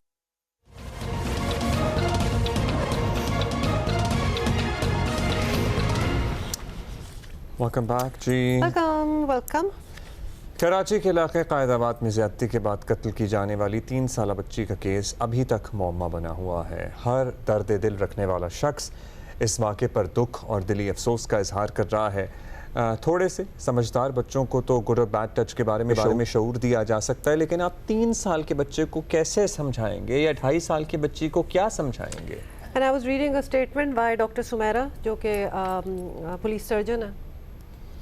वो उनका ये कहना था कि हमने बहुत कुछ देखा है इन आवर करियर और ऑब्वियसली, लेकिन जो इस बच्ची की हालत थी वो ट्रॉमा में खुद चली गई थी, उनका ये कहना है। अब ऐसे वाक़यात को ज़ाहिर है किसी सूरत नज़रअंदाज नहीं किया जा सकता, ना ही यहाँ रिवायती कार्रवाइयाँ और रफ्तार से बात बनेगी।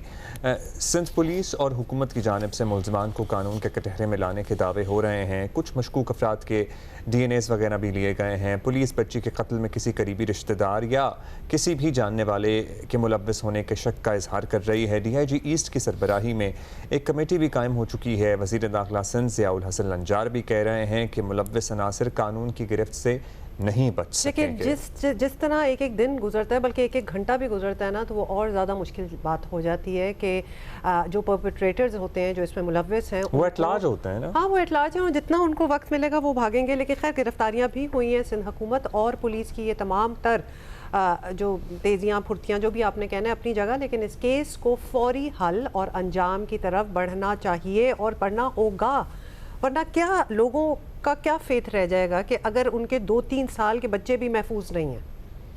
तो बहुत से सवाल उठ रहे हैं और बहुत सी बातें हो रही हैं। This is not the first case by the way, इस किस्म की पहले भी अनफॉर्चुनेटली केसेस सामने आए हैं। जियो फेंसिंग से मदद ली जा सकती है। ज़ाहिर है यहाँ कैमरे वगैरह तो नहीं है, क्योंकि सरगोदा वाला जो वाक़या हुआ था उसमें तो क्लियर कट पता लग गया था ना, बिकॉज सेफ सिटी इंस्टॉल था कि कब बच्ची दुकान में गई और नहीं निकली है। So that made the case easy.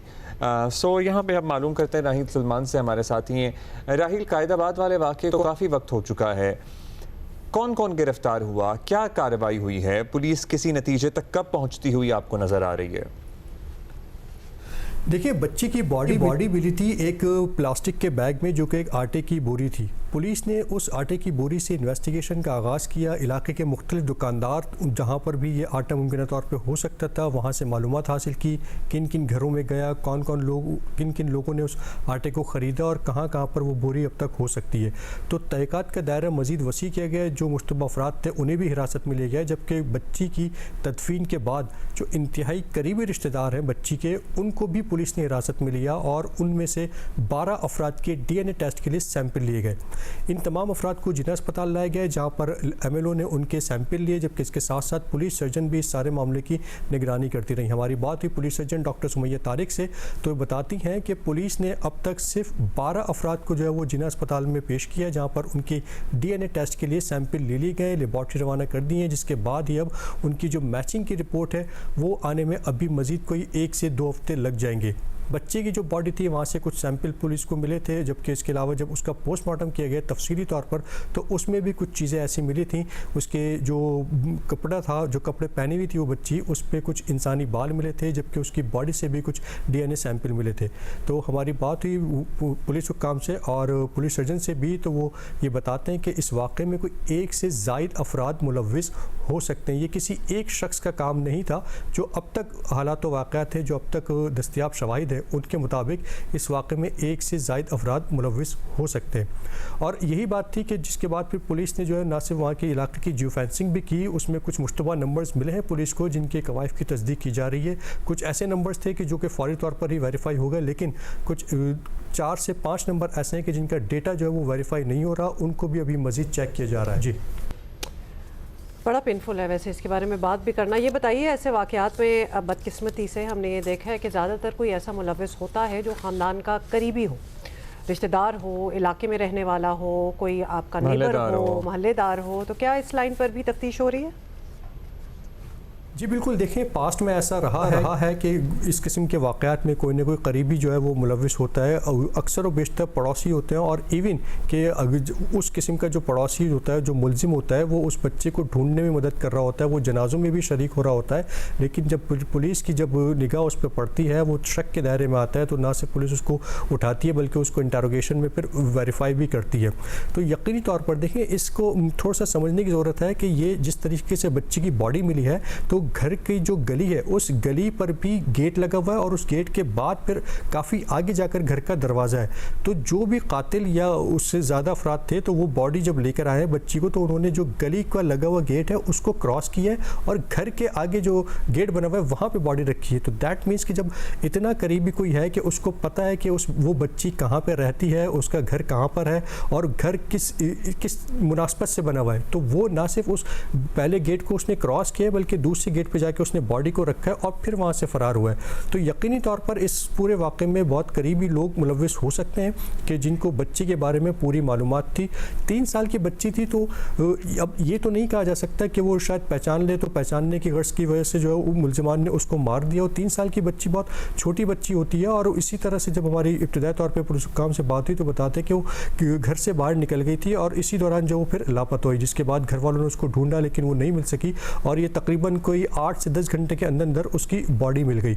इससे पहले भी कराची शहर में ऐसे वाक़यात हो चुके हैं कि बच्चों के साथ ज़्यादती के, तो उसमें मुलजिमान कुछ गिरफ्तार भी होते हैं, कुछ केसेस अभी तक अनट्रेस भी हैं।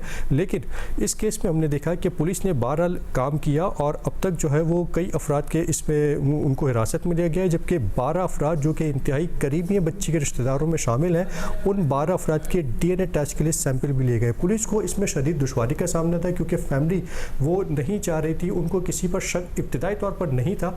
उसके वालिद को स्पेशली जब हमारी उनसे इनिशियली बात हुई थी, तो उन्होंने बताया था कि उनकी किसी से कोई दुश्मनी तक नहीं है, मेहनत मजदूरी करते हैं, मेहनत मजदूरी करके अपना घर चलाते हैं। तो उनका ये कहना था कि उन्हें, और खुसूसी तौर पे जो करीबी लोग हैं उन पे तो वैसे ही किसी को शक नहीं होता, ज़ाहिर वालिदैन को भी नहीं होता। लेकिन ज़ैनब वाले मामले में हमने देखा था ना कि वो जनाजे तक में शरीक था और सारा ढूंढ रहा था ज़ैनब का। मुझे तो ये इतने सवाल ऐसे अब्दुल्ला उठ रहे हैं कि कोई कर लिया जो करना था उन्होंने, बच्ची के साथ कत्ल कर दिया, फिर बोरी में डाल के उसी के घर के आगे छोड़ के क्यों जा रहे हो? मतलब फेंकने वाले तो कहीं भी फेंक देते हैं। Why did they take such a risk कि वो उस मोहल्ले में वापस आए, या मोहल्ले में ही थे, और फिर उसी घर के आगे वो बोरी या जहां वो बच्ची थी उसको वहां डिस्पोज ऑफ क्यों कर रहे हैं? एक पतली गली थी, उसके बाद घर के अंदर जाने का दरवाजा था, तो उस गली तक दाखिल हुआ। They knew. ये तो लगता है कि लिटरली दुश्मनी है, क्योंकि ना सिर्फ हम ये करेंगे, हम आपको उसके बाद दिखाएंगे और हम आपके घर के आगे छोड़ के जाएंगे ताकि आपको पता चले। That is what it looks like. इस मामले में पुलिस ने भी बड़े दावे किए हैं, हुकूमत भी कोशिश कर रही है। आपको क्या लग रहा है, कोशिशें जो तेज़ हो रही हैं, इसके बावजूद ये रूटीन की रफ्तार से आगे बढ़ेगा, या फिर वाकई किसी कंक्लूजन तक पहुंच जाएंगे सब लोग जल्द? देखिए, प्रायोरिटी बेसिस पे केस हल करने की तरफ तो है, लेकिन पुलिस के साथ कुछ और भी मसाइल हैं कि जिस तरह से अभी शहर में सिक्योरिटी एक बड़ा मसला है, तो वहाँ पे भी नफरी है। लेकिन इन्वेस्टिगेशन के लोगों को भी जो है वो इस मामले में थोड़ा सा रिलीफ दिया गया, और उन्हें इस केस पर मखसूस कर दिया गया कि वो अभी सिर्फ और सिर्फ इसी केस पर काम करें। तो इन्वेस्टिगेशन पुलिस जो है वो मजमूई तौर पर इस केस पर काम कर रही है, और ये उसी का नतीजा है कि ना सिर्फ जियो फेंसिंग जल्दी कर ली गई, वरना इस वक्त जो सिनेरियो है है सिक्योरिटी के हवाले से, तो उसमें दीगर केसेस हम देखते हैं तो उसमें टाइम लगता हुआ नजर आ रहा है, लेकिन इस केस को प्रायोरिटी बेसिस पे किया गया। जियो फेंसिंग इसकी मुकम्मल तौर पे फौरी तौर पे कर ली गई, जिसमें कुछ 4 से 5 नंबर, जैसे कि मैंने पहले बताया था कि वो कुछ मशकूक लग रहे हैं और उनको वेरीफाई किया जा रहा है। दीगर भी कई नंबर मिले थे, वो वेरीफाई हो गए, उनका डेटा जो है वो वेरीफाई हो गया। सिम का जो डेटा पुलिस के पास होता है उसमें वो मुकम्मल तौर पे आ रहे हैं, लेकिन 4 से 5 नंबर ऐसे हैं कि जिनका डेटा नहीं मिल रहा। तो उन अफराद को, उनको भी कोशिश की जा रही है उनके मोबाइल फ़ोन के ज़रिए कि उनको किसी तरह से ट्रेस आउट किया जा सके। कुछ पड़ोसी, कुछ दुकानदार और कुछ करीबी रिश्तेदार, इनको पुलिस ने हिरासत में लिया और उनके कुछ डीएनए टेस्ट भी कराए गए हैं। अब सारा जो इस केस की तफ्तीश का दारोमदार है वो इसकी अभी तक जो रिपोर्ट आएगी डीएनए की उस पर है कि वो रिपोर्ट क्या कहती है। जबकि इसके अलावा पुलिस उस जाए वक़्वा को, उस स्पॉट को भी ढूंढने की कोशिशों में लगी हुई है कि इस बच्ची का मर्डर आखिर हुआ कहाँ पर है और किस तरह से इसको कहाँ अगवा किया गया, कहाँ ले जाया गया और कहाँ ले जाकर इसके साथ ये ज़्यादती का वाक़या हुआ और फिर उसके बाद उसको कत्ल कर दिया गया। ये भी पुलिस की एक तरह से नाकामी ज़रूर कह सकते हैं कि इतने दिन हो गए लेकिन अभी तक पुलिस जो है उसका स्पॉट नहीं ढूंढ सकी। डेफिनेटली प्रॉब्लम्स हैं, जब कोई मुलजिम हाथ आएगा तभी कुछ पता चल सकेगा, लेकिन ह्यूमन इंटेलिजेंस की बुनियाद पर रोज़ाना यहाँ पे कार्रवाइयाँ हो रही हैं। पुलिस इन्वेस्टिगेशन में अपना काम कर रही है। पुलिस इन्वेस्टिगेशन में अपना काम कर रही है, लेकिन जाहिर है वाक़या हुआ कहाँ था, लाश तो कहाँ से मिली वो तो सबको पता ही है, वो भी पुलिस जानने की कोशिश कर रही है। सादिया जावेद साहिबा ने हमें ज्वाइन किया, तर्जुमान हुकूमत सिंध हैं। सादिया साहिबा, इतनी पेनफुल ये बात है और बात करना बहुत ज़रूरी है क्योंकि हम अपने बच्चों को बचाना चाहते हैं और ये कोई नया वाक़या भी नहीं है। ये आए दिन एक के बाद एक ये वाक़े होते हैं। आप अपनी तरफ से बताएं जो आपके पास इंफॉर्मेशन है कि इन्वेस्टिगेशन कहाँ तक पहुँची है, because we do realise and understand कि जितने दिन गुजरते जाएंगे वो मामला और भी मुश्किल हो जाएगा। Thank you very much Huma. जब मैंने ये वाक़या सुना था तो मैं थोड़ी देर के लिए लरस गई थी और मैं इस तरह का मतलब ये जो माइंडसेट है या ये जो लोग बीमार हैं, मतलब ये नॉर्मल लोग नहीं हो सकते, ये बीमार लोग ही कहा जा सकता है। जहाँ तक आप बात करिए, देखें घर वालों को अंदाज़ा हुआ है कोई 12 बजे दोपहर में कि बच्ची जो है वो मिसिंग है। उसके बाद उन्होंने बच्ची को ढूंढना शुरू किया आस पड़ोस में, मोहल्ले में, क्योंकि जो ये घर है कोई इसमें 7-8 फैमिलीज मुश्तरका रहती हैं। बराबर वाला भी घर इनके रिश्तेदारों का है जिसमें 4-5 फैमिलीज रहती हैं। इन्होंने आपस में ढूंढना शुरू किया। 4 बजे बच्ची के वालिद जब आए हैं तो उन्होंने सराउंडिंग्स में मोटरसाइकिल में घूमना शुरू किया, बच्ची को ढूंढना शुरू किया, मस्जिद से ऐलान करना शुरू किया। And this is all being done without informing police. इलाके की पुलिस को इस बारे में कुछ नहीं पता था कि कोई बच्ची अगवा हो गई है, कोई बच्ची मिसिंग है। उसके बाद मगरिब की नमाज के बाद जब कहते हैं कि उनके दादा या वालिद वापस आए तो जो बोरी थी वो दरवाजे पे रखी थी और उससे उन्होंने जब खोला तो वो बच्ची की डेड बॉडी थी। उस वक्त भी इन्होंने पुलिस को इन्वॉल्व नहीं किया है। पुलिस को जब ये खुद एक प्राइवेट हॉस्पिटल ले गए जहां इन्होंने बच्ची का चेकअप कराया है तो उन्होंने कहा कि जी शी इज नो मोर। तो डॉक्टर ने वहां इनको कहा है कि जी it is a police case, हम इस पे कुछ नहीं कर सकते, आप पुलिस को इन्फॉर्म। इतने में इलाके से पुलिस को इत्तला हुई कि इस तरह का कोई वाकया हुआ। जब पुलिस इनके घर पहुंची है तो ये ऑलरेडी उसको अस्पताल ले जा चुके थे। पुलिस ने इनका घर पूरा थरली जो है वो उसको चेक किया है, ऊपर नीचे जहां भी एसएसपी साहब खुद गए हैं, फैमिली से बात की है। फिर पुलिस टीम इनको सरकारी अस्पताल लेके गई है जहां सारा कुछ डीएनए और पोस्टमार्टम वगैरह हुआ है। तो एक तो पहली बात ये कि अगर शायद शुरू में पुलिस को इत्तला की जाती तो शायद कुछ हेल्पफुल पुलिस के लिए भी होता और फैमिली के लिए भी होता। और अब इस वक्त जो आप बात कर रही हैं वो आपके रिपोर्टर ने बिल्कुल सही बात बताई है। मेरी उनसे बात एसएसपी से भी हुई है, डीआईजी से भी हुई है। They are on to it. पूरी एक टीम जो है वो होम मिनिस्टर साहब ने इसके ऊपर लगाई है कि वो और कोई काम नहीं करेगी, ये केस सॉल्व करके देगी और इस केस को जल्द अज जल्द मंतकी अंजाम तक पहुँचाया जाए। अच्छा सादिया साहिबा, ज़ाहिर है ये इज्तिमाई ज़्यादती का भी केस हो सकता है मुमकिन तौर पर, और ये one of the most horrific cases बताया जा रहा है जो पुलिस सर्जन बता रहे हैं। मतलब अनएक्सप्लेनेबल बयान, नाकाबिले बयान इसकी डिटेल्स हैं जो पता लग रही हैं। कब तक है इम्कान कि किसी मंतकी अंजाम तक पहुंचा जाएगा, क्योंकि इर्द गिर्द बहुत सारे लोगों के डीएनए सैंपल्स भी लिए गए हैं। क्या डीएनए सैंपल बच्ची की बॉडी से सैंपल्स रिकवर हो गए हैं, वो इंटैक्ट हैं? क्योंकि जाहिर है अस्पताल ले गए, बताया नहीं, ये सारा कुछ भी तो हुआ ना। How hopeful we all should be, and इर्द गिर्द के कोई इलाके में बाहर निकल के मोहल्ले में कोई कैमरा जिससे कोई क्लू मिल सके?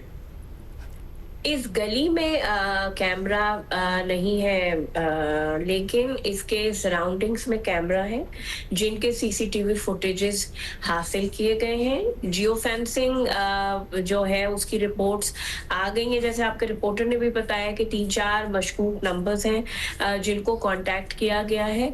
और जो आपने बात की कि डीएनए में बच्ची के बॉडी पर जो सैंपल्स हैं वो बिल्कुल वो सिक्योर किए हैं और हम उम्मीद कर रहे हैं कि उससे बहुत जल्द क्लू मिलेगा। 12 से 13 लोगों के सैंपल्स लिए गए, मजीद लोगों के सैंपल्स पुलिस लेगी। और क्या नाम है, इसके अलावा जो आप बात कर रहे हैं, हमारी तो कोशिश है जल्द अज जल्द, लेकिन थोड़ा सा जाहिर सी बात है टेक्निकल चीज़ है, डीएनए की रिपोर्ट आएगी तो उससे पिक्चर काफ़ी क्लियर होगी। सादिया साहिबा, हम पहले भी ये बात डिस्कस कर चुके हैं और आज हर बार एक नया केस आता है तो इसकी अर्जेंसी पे हम दोबारा से रोशनी डालना चाहते हैं कि हमारे पास कराची में उस लेवल का फॉरेंसिक सेटअप नहीं है जो परहैप्स ये शहर डिजर्व भी करता है, और जहाँ क्राइम्स का एक लेवल चल रहा है, वी नीड दैट एसएप। तो उसकी आप बता दें प्रोग्रेस कुछ है कि नहीं है? बहुत अरसे से बन रही है, उसकी कंप्लीशन डेट क्या है? हम बात भी कर चुके हैं। अक्सर सैंपल्स जो हैं वो लाहौर भेजने पड़ते हैं। मतलब ऑलरेडी एक चीज़ जो कि अर्जेंट मैटर है और उसको सॉल्व होना चाहिए, वो और डिले होती चली जाती है। देखिए, जो डीएनए है वो तो कराची यूनिवर्सिटी में सिंध हुकूमत के ताउन से कराची यूनिवर्सिटी ने एक लैब बनाया है, उसी में हो रहे हैं। जहाँ तक आप फॉरेंसिक लैब की बात कर रही हैं, बिल्कुल उसकी बिल्डिंग ऑलमोस्ट कंप्लीट है। उसकी प्रोक्योरमेंट, जो इक्विपमेंट प्रोक्योर करना है और जो हायरिंग है, हम उस प्रोसेस में, और हम उम्मीद कर रहे हैं कि इंशाल्लाह जनवरी में वो ऑपरेशनल होगी, 2027 में वो ऑपरेशनल होगी। क्योंकि अब हम इस वक्त उसकी प्रोक्योरमेंट, जो इक्विपमेंट की प्रोक्योरमेंट है और इसके अलावा जो हायरिंग है टेक्निकल लोगों की जो इक्विपमेंट को वो कर सके, इस वक्त गवर्नमेंट उस फेस में है। तो सादिया साहिबा, आप ये कंफर्म कर रही हैं कि वो जो बिल्डिंग बड़े अरसे से हाईवे के ऊपर बन रही है वो मुकम्मल हो, इंफ्रास्ट्रक्चर कंप्लीट है इसका? जी जी जी जी, इंफ्रास्ट्रक्चर बिल्कुल कंप्लीट है। क्योंकि जैसे आपने मुझसे ये सवाल किया, होम कमेटी का जब मीटिंग हुई थी तो मैंने आईजीपी और होम सेक्रेटरी साहब से ये सवाल किया था, क्योंकि आप लोग भी सवाल करते हैं और हम भी इस बारे में क्लियर नहीं थे। तो ये जो मैं बात आपसे कर रही हूँ, ये मुझे आईजीपी सिंध ने होम कमेटी की मीटिंग में ऑन फ्लोर इस बारे में कंफर्म किया है कि 2027 जनवरी तक जो है हम प्रोक्योरमेंट और हायरिंग के अमल को मुकम्मल कर। ये जो हायरिंग वाली आपने बात की है, नेचुरली हमें उस लेवल के लोग चाहिए, टेक्निकली सेवी हो, और आपको पता है ये भी वो टेक्नोलॉजी है जी, ये भी वो टेक्नोलॉजी है जो हर दिन के साथ वो और जदीद होती जा रही है, बदलती चली जा रही है। तो क्या हम किसी इदारे से, किसी और मुल्क से, हमारे अपने जो सूबे हैं जैसे कि पंजाब है जिसमें एक बहुत ही हाईटेक लेवल का फॉरेंसिक लैब है, क्या हम असिस्टेंस ले रहे हैं या फिर we are doing it independently here? नहीं जी, ऐसी बात नहीं है। जाहिर सी बात है कि फोरेंसिक लैब की जिस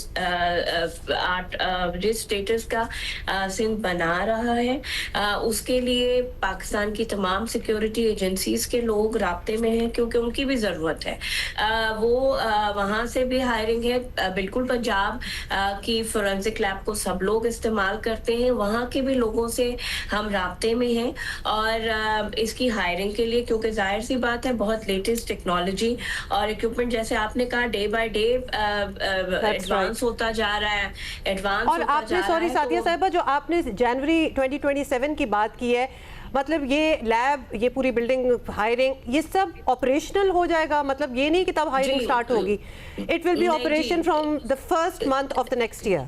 जी बिल्कुल, इंशाल्लाह जनवरी से हम जो आईजीपी साहब ने होम कमेटी की मीटिंग में बताया, जिसको हेड मैडम फरियाल करती हैं, उसमें उन्होंने ये बात हमें क्लियर की थी कि जनवरी 2027 में इंशाल्लाह ये बिल्डिंग कम्प्लीटली ऑपरेशनल। चलिए we'll follow up on that as well, और इस केस के बारे में भी आपसे जब हम राब्ते में रहेंगे। बहुत शुक्रिया सादिया साहिबा for being here with us. अच्छा जी, फीफा वर्ल्ड कप के बारे में अपडेट दे दें आपको। फीफा वर्ल्ड कप में अपसेट, एक्वाडोर ने जर्मनी को 2-1 से शिकस्त देकर वर्ल्ड कप के नॉकआउट राउंड में जगह बना ली है भाई। बहुत बड़ी बात है। और ये बाय द वे आपको बता दें कि जर्मनी पहली ही दूसरे मरहले के लिए क्वालिफाई कर चुका था वैसे तो। और आइवरी कोस्ट ने कुराकाओ जो है वेनेजुएला के पास ही है बिल्कुल। वैसे पता नहीं इधर भी जल्जला थोड़ा बहुत आया है कि नहीं आया, बट एनीवे कुराकाओ को 0 के मुकाबले में 2 गोल से हराकर नॉकआउट मरहले में क्वालिफाई कर लिया है। जापान और स्वीडन का मैच 1-1 गोल से बराबर हुआ है और दोनों ने नॉकआउट मरहले के लिए क्वालिफाई कर लिया है। एक और मैच में नेदरलैंड्स जो है उसने ट्यूनिस को 1 के मुकाबले में 3 गोल से शिकस्त दे दी है। लेकिन the one that was इतना बड़ा अपसेट नहीं है, लेकिन जाहिर है इसको रिलेटिवली स्लाइटली अपसेट कहा जा रहा है। तुर्की ने अमेरिका को 3 के मुकाबले में 2 गोल से शिकस्त दे दी है, लेकिन इसके बावजूद तुर्की इवेंट से बाहर हो गया, क्योंकि इससे पहले पैराग्वे और ऑस्ट्रेलिया का मुकाबला जो था ड्रॉ हो गया। अमेरिका अपने ग्रुप में पहली पोजीशन हासिल कर चुका है, वो आगे क्वालिफाई कर चुका है। और ग्रुप ए से मैक्सिको, जनूबी अफ्रीका, जनूबी कोरिया ने अगले मरहले के लिए क्वालिफाई कर लिया है। ग्रुप बी से स्विट्जरलैंड, कनाडा, बोस्निया है। ग्रुप सी से ब्राज़ील, मराकश और स्कॉटलैंड हैं। ग्रुप डी में अमेरिका, जैसे आपको बताया था, ऑस्ट्रेलिया और पैराग्वे हैं। और ग्रुप ई से जर्मनी, आइवरी कोस्ट और एक्वाडोर हैं। ग्रुप एफ से नेदरलैंड, जापान और जिनके नाम ले रहे हैं ना, ये अगले मरहले में चले गए। जबकि बाकी 6 ग्रुप से अगले मरहले में जाने वाली टीमें अभी फाइनल होनी हैं।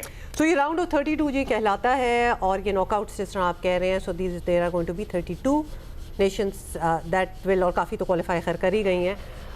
But very interesting matches happening. और मुझे बड़ा अच्छा लगा जब a few times when I don't really watch the entire matches, लेकिन रेफरी का फीमेल होना, मतलब ये भी एक बहुत बड़ी बात है। Female referee in a very male dominated sport, और उसकी मानना तो थोड़ा सा आपको पता है, मैं थोड़ा सा वो फेमिनिज्म का एलिमेंट बीच में ढूंढ ही लेती होती हूँ, so that was very encouraging, वो मुझे अच्छा लगा। फिर बहुत सी इन लोगों की जो किट्स हैं जिसमें जूतों में बड़ी डिस्कशन हो रही है। उन्होंने अब्दुल्ला आपने नोटिस किया है कि नहीं, ज़्यादातर प्लेयर्स जो हैं उनके पिंक रंग के जूते हैं। जी, अभी भी हम देख सकते हैं। तो हुआ ये कि डिफरेंट कंपनीज जो हैं, जो बड़ी मेजर स्पोर्टिंग कंपनीज हैं, उन सारों ने कहा कि हमने ऐसा प्रोडक्ट बनाना है, खासतौर पर रंग ऐसा देना है जो स्टैंड आउट करे against the green of the grass and the ground, so that you can at least see the movement. लेकिन लो एंड बिहोल्ड सारे पिंक की तरफ चले गए। तो अब हुआ ये कि you can not really tell कि कौन सी मुखालिफ कंपनी है नहीं, और टीचर ने कपड़ों से तो, लेकिन कंपनी एटलीस्ट दे वांटेड कि उनका जूता स्टैंड आउट करे, तो वो सारे जूते पिंक हो गए। तो अब तो बड़ा ही गौर से देखना पड़ेगा कि जूता कौन सा है, बिकॉज़ मिक्स हो जाते हैं जो क्लोज शॉट्स होते हैं ना। अच्छा जी, पिंक आई लाइक। अभी हम आगे बढ़ेंगे और हाफिजाबाद चलेंगे, जहां इमाम हुसैन अलैहिस्सलाम और आपके जानिसारों की याद में 36 छोटे बड़े जुलूस निकाले जा रहे हैं। तमाम जुलूसों की गुज़रगाहों को खारदार तारों से सील करके छतों पर पुलिस के माहिर निशानाबाज जवान तैनात हैं। शुरका को जुलूस के वक्त थ्रू गेट से गुजरना पड़ेगा, और इस बारे में सैयद मोहम्मद समीर हमें मज़ीद बताएंगे। हाफिजाबाद में आज यौम अशूरा के मौका पर नवाज़ रसूल हज़रत सैयदना इमाम हुसैन अलैहिस्सलाम और आपके जानसारों की लाजवाल कुर्बानी की याद में ज़िला भर में 36 छोटे बड़े जुलूस निकाले जा रहे हैं। तमाम जुलूसों की गुज़रगाहों को खारदार तारों से सील करके छतों पर पुलिस के माहिर निशानाबाज जवानों को तैनात किया गया है, जबकि शुरकाए जुलूस को वॉक थ्रू गेट से गुजार कर दाखिल किया जा रहा है। इस सिलसिला में जहां पुलिस के 900 से ज़ायद मुलाजमीन और अफसरान ड्यूटी सर अंजाम दे रहे हैं, वहाँ रेस्क्यू 111, 122, महकमा सेहत और सिविल डिफेंस के मुलाजमीन भी फील्ड में मौजूद नज़र आ रहे हैं। जबकि ज़िली इंतज़ामिया की जानिब से जगह जगह ठंडे मीठे मशरूबात की सबीलें लगाई गई हैं। इसके साथ साथ शहरियों की जानिब से भी ज़िला भर में नज़र व नियाज की तकसीम का सिलसिला जारी है। दूसरी जानब डिप्टी कमिश्नर अब्दुल रज़ाक और district police officer Fawad Ahmad खुद जुलूसों की गुज़रगाहों का दौरा करके न सिर्फ इंतज़ामात को चेक कर रहे हैं बल्कि लम्हा बलम्हा मुलाज़मीन को हदायत देते भी नज़र आ रहे हैं। जी शुक्रिया आपका। सिक्योरिटी काफ़ी टाइट है और ज़ाहिर है जुलूस वगैरह अपने रास्तों पर गामजन हैं, रवा दमा हैं। और ब्रेक लेते हैं। मुल्क भर से आपको पता है आज यौम आशूर के सिलसिले में जुलूस बरामद हो रहे हैं और मजालिस का अहतमाम किया जा रहा है और फिर मगरिब के बाद मजालिस शाम गरीबा का अहतमाम होगा, मुनक्किद की जाएंगी। इस बारे में जियो पे आपको अपडेट्स भी मिलती रहेंगी। हमारे प्रोग्राम में कुछ और भी टॉपिक्स हैं जो हम डिस्कस करेंगे, कुछ मेहमान भी हमारे साथ होंगे ब्रेक के बाद।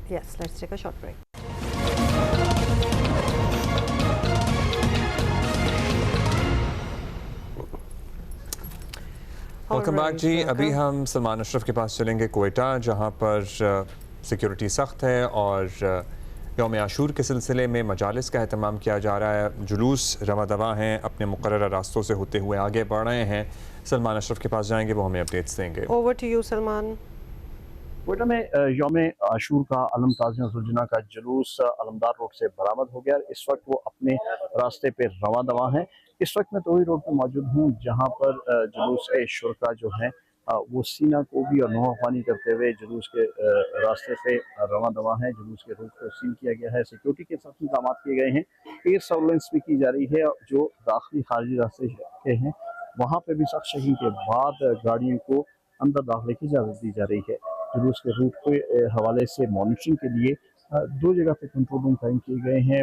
जुलूस के रूट को चारों तरफ से कवर किया गया है और जो मुख्तलिफ इदारे हैं उनके लिए खुसूसी पासेस का इजरा किया गया है जो इसकी कवरेज कर रहे हैं। जी बहुत शुक्रिया सलमान अशरफ। इंशाल्लाह सब कुछ ठीक ठाक हो जाए without any incident. Moving on, Afghan Taliban regime की जानिब से फितना अल खारिज की पुश्त पनाही में अब जो है वो हम कहेंगे बाल बराबर भी शक नहीं रहा। बिल्कुल, अक़वाम मुत्तहिदा, रशिया, फिर चाइना के बाद अमेरिका भी खुलकर कह रहा है कि दहशतगर्द तंजीमों को अफगान रजीम की मुकम्मल पुष्पनाही हासिल है, जो कि पाकिस्तान बहुत अरसे से कह रहा था। दहशतगर्द अफगानिस्तान से पाकिस्तान को निशाना बना रहे हैं और अफगानिस्तान में बरतानिया के खसूसी नुमाइंदे रिचर्ड लिंड से उन्होंने भी अफगान टीवी से इंटरव्यू में कहा है कि कलादम TTP एक दहशतगर्द गिरोह है। Who did not know is the question. Richard Lindsey ने गुफ्तगू की और इसे अफगानिस्तान से हिमायत मिल रही है। रिचर्ड लिंडसे ने कहा कि इन ग्रोहों के कबायली सरहदी इलाकों में बहुत से ख़ानदानी रवाबित हैं और हिमायत मौजूद है। तालिबान रजीम को दहशतगर्द गिरोहों के खिलाफ फैसला कौन इकदाम करने चाहिए। तालिबान से पूछा जाना चाहिए कि वो इन दहशतगर्दों की हिमायत क्यों करते हैं। पाकिस्तान काफ़ी अरसे से तालिबान रजीम पर जोर देता आया है कि वो अपनी सरजमीन पाकिस्तान के खिलाफ इस्तेमाल ना होने दें, लेकिन तालिबान अब तक पाकिस्तान को कोई ठोस जमानत देने को तैयार भी नहीं है। पाकिस्तान को मजबूरन इन दहशतगर्दों के खिलाफ कार्रवाइयाँ करनी पड़ती हैं, अफगानिस्तान के अंदर जाकर फ़ज़ाइल कार्रवाइयाँ करना पड़ती हैं। पाकिस्तान का मौक़िफ़ बड़ा क्लियर है कि अफगान तालिबान रजीम को पाकिस्तान या फिर दहशतगर्दों में से किसी एक का इंतखाब करना होगा। Let's talk about it. और डॉक्टर सैयद मोहम्मद अली माहिर सिक्योरिटी उमूर बिल्कुल ये हमारे साथ हैं। इनसे पहले बात लेते हैं। डॉक्टर साहब, बरतानिया के नुमाइंदे खसूसी जो है उनके इंटरव्यू के बाद अब तो कोई शक भी नहीं रहा, पहले भी वैसे तो शक नहीं था, पाकिस्तान में दहशतगर्दी करने वालों को अब भी अफगान तालिबान की हिमायत हासिल है। क्या दुनिया का ये एतराफ़ करना काफ़ी है या दुनिया को इस पर मतलब कोई इक़दाम लेने होंगे, कोई सीरियस एक्शन लेना पड़ेगा, वरना Pakistan is really alone in this. And also ये भी एक्सप्लेन कर दें, ये तालिबान रजीम की जब हम बात करते हैं, अफगान तालिबान रजीम कौन है? Who has the authority to make a difference over there? बहुत शुक्रिया। मैं समझता हूँ कि आपकी बात बिल्कुल सही है कि इस वक्त पाकिस्तान जो है उसका जो मौक़िफ़ है अफ़गानिस्तान की सिचुएशन के हवाले से, वो सिर्फ हमारी दाखिली या कौमी सलामती के ख़दशात पर ही मबनी नहीं है, बल्कि इस हकीकत के ऊपर मबनी है कि अफ़गानिस्तान दोबारा से बदकिस्मती से इलाकाई और आलमी दहशतगर्द तंजीमों की एक बहुत बड़ी आमाजगाह बन चुका है। और जिस तरह अभी आपने ब्रिटिश डिप्लोमेट जो हैं, जो उनके स्पेशल रिप्रेजेंटेटिव हैं अफ़गानिस्तान पे, उनका मौक़िफ़ बिल्कुल पाकिस्तान की सोच और मौक़िफ़ की एक तरह से आइनादारी कर रहा है। तो बहुत ज़रूरी है कि जो आलमी बरादरी है वो भी इस बात की संगीनी को भांपे और एक हकीकत पसंदाना अंदाज में अफ़गानिस्तान के जानिब पॉलिसी मुरतब करे, ताकि जो अफ़गानिस्तान में दहशतगर्दी की एक तरह से सरपरस्ती हो रही है, माली, मादी, माशी, फौजी, वो तमाम तर जो है अब इस खित्ते और आलमी बरादरी के लिए ख़तरा बन चुकी है। आपको बल्कि याद होगा कि अमेरिका की जो डायरेक्टर ऑफ नेशनल इंटेलिजेंस थी तुलसी गबल्स, उन्होंने तो अपनी टेस्टिमनी में कहा था कि ऐन मुमकिन है कि ये इतना बड़ा खतरा वहाँ दहशतगर्दी की वजह से बढ़ रहा है कि हमें शायद दोबारा अफगानिस्तान जाना पड़े। तो मैं समझता हूँ बरतानिया की जानिब से ये बात खुशाइंद है, और मैं समझता हूँ कि इवन ईरान और अमेरिका के दरमियान भी जो जंगबंदी हुई है उसके नतीजे में मैं तवक्को करता हूँ कि ईरान और पाकिस्तान भी एक मिलकर एक रीजनल अप्रोच डेवलप करेंगे अफगानिस्तान के खिलाफ दहशतगर्दी के हवाले से भी, और साथ ही साथ BLF के हवाले से भी, जो कि बैक वक्त पाकिस्तानी और ईरानी बलूचिस्तान में दहशतगर्दी की कोशिश कर रहे हैं।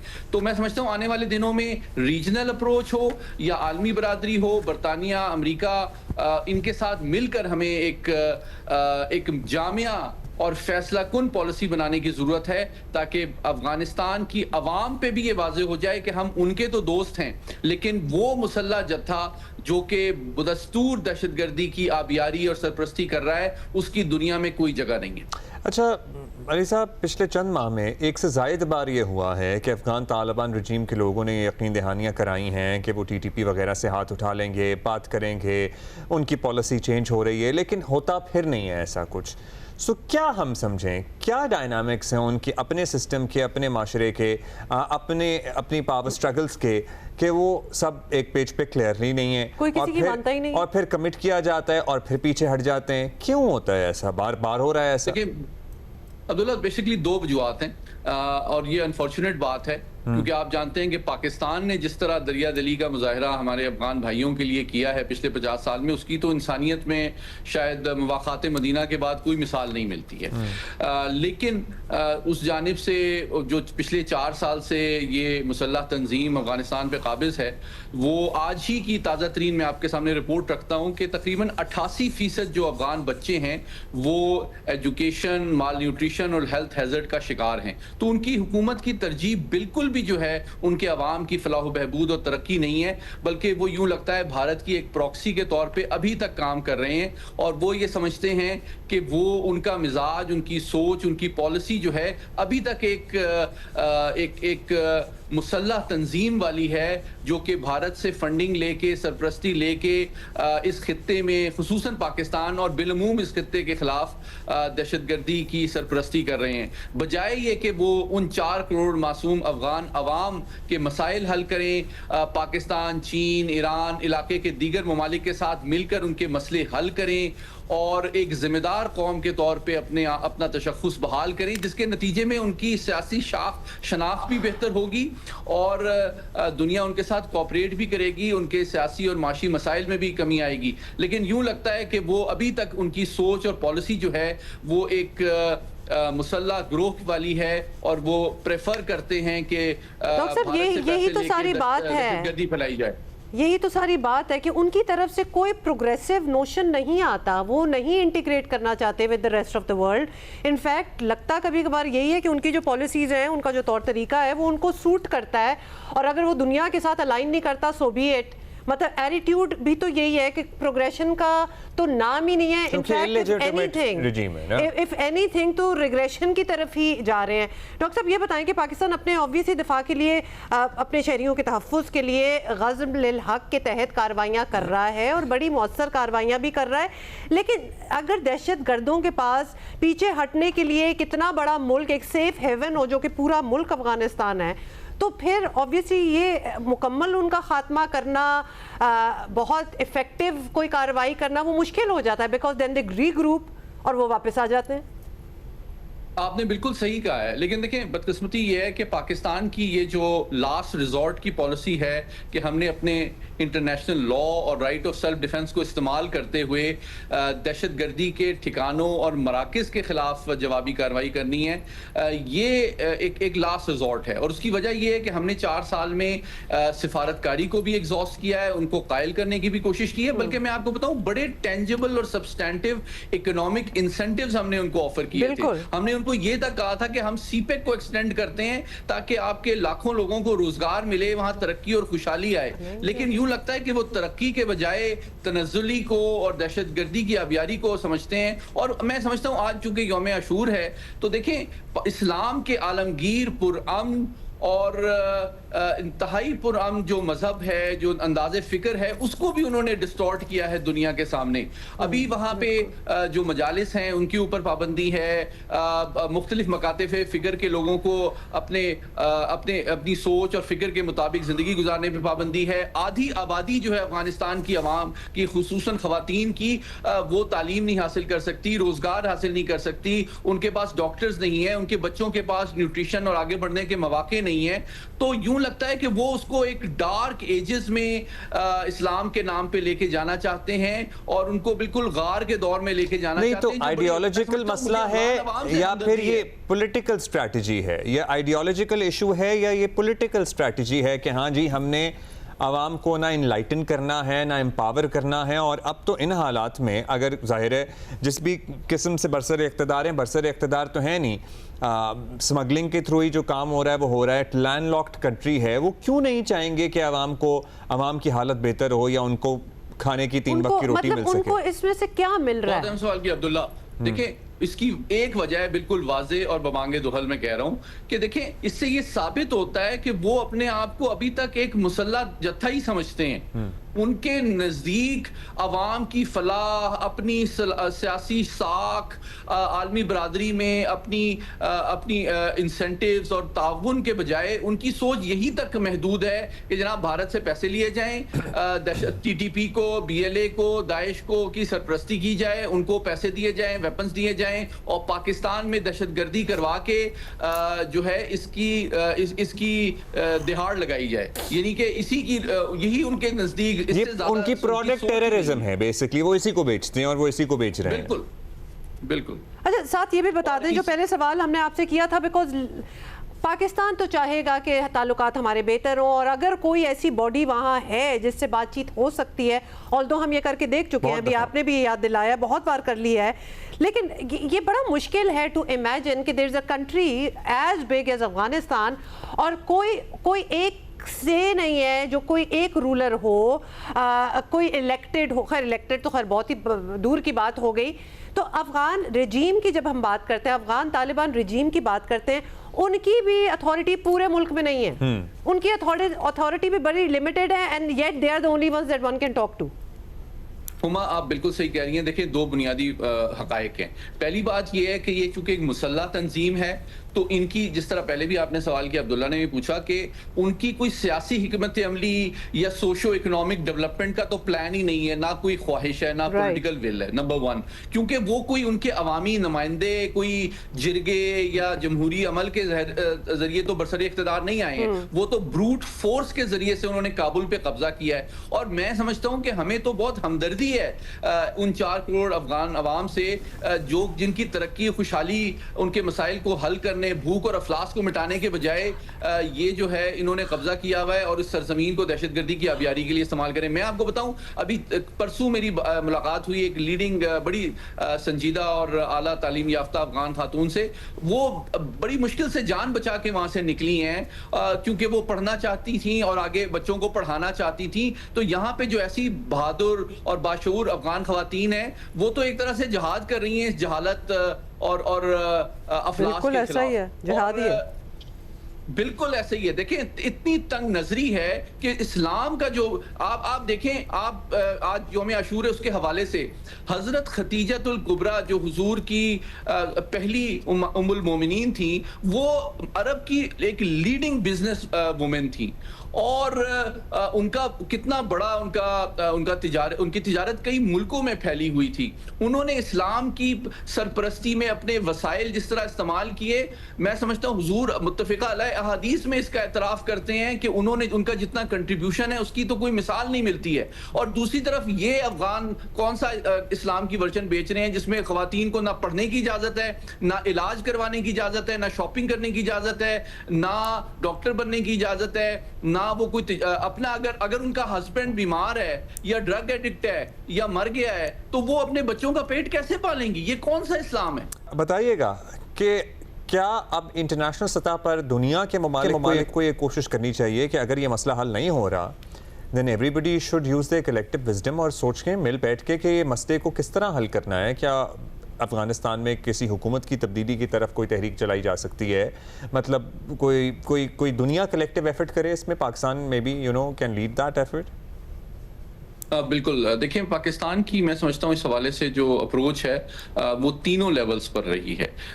दो तरफा यानी कि बायलैटरल लेवल पे भी हमने इनको समझाने की, कायल करने की कोशिश की है मुसलसल।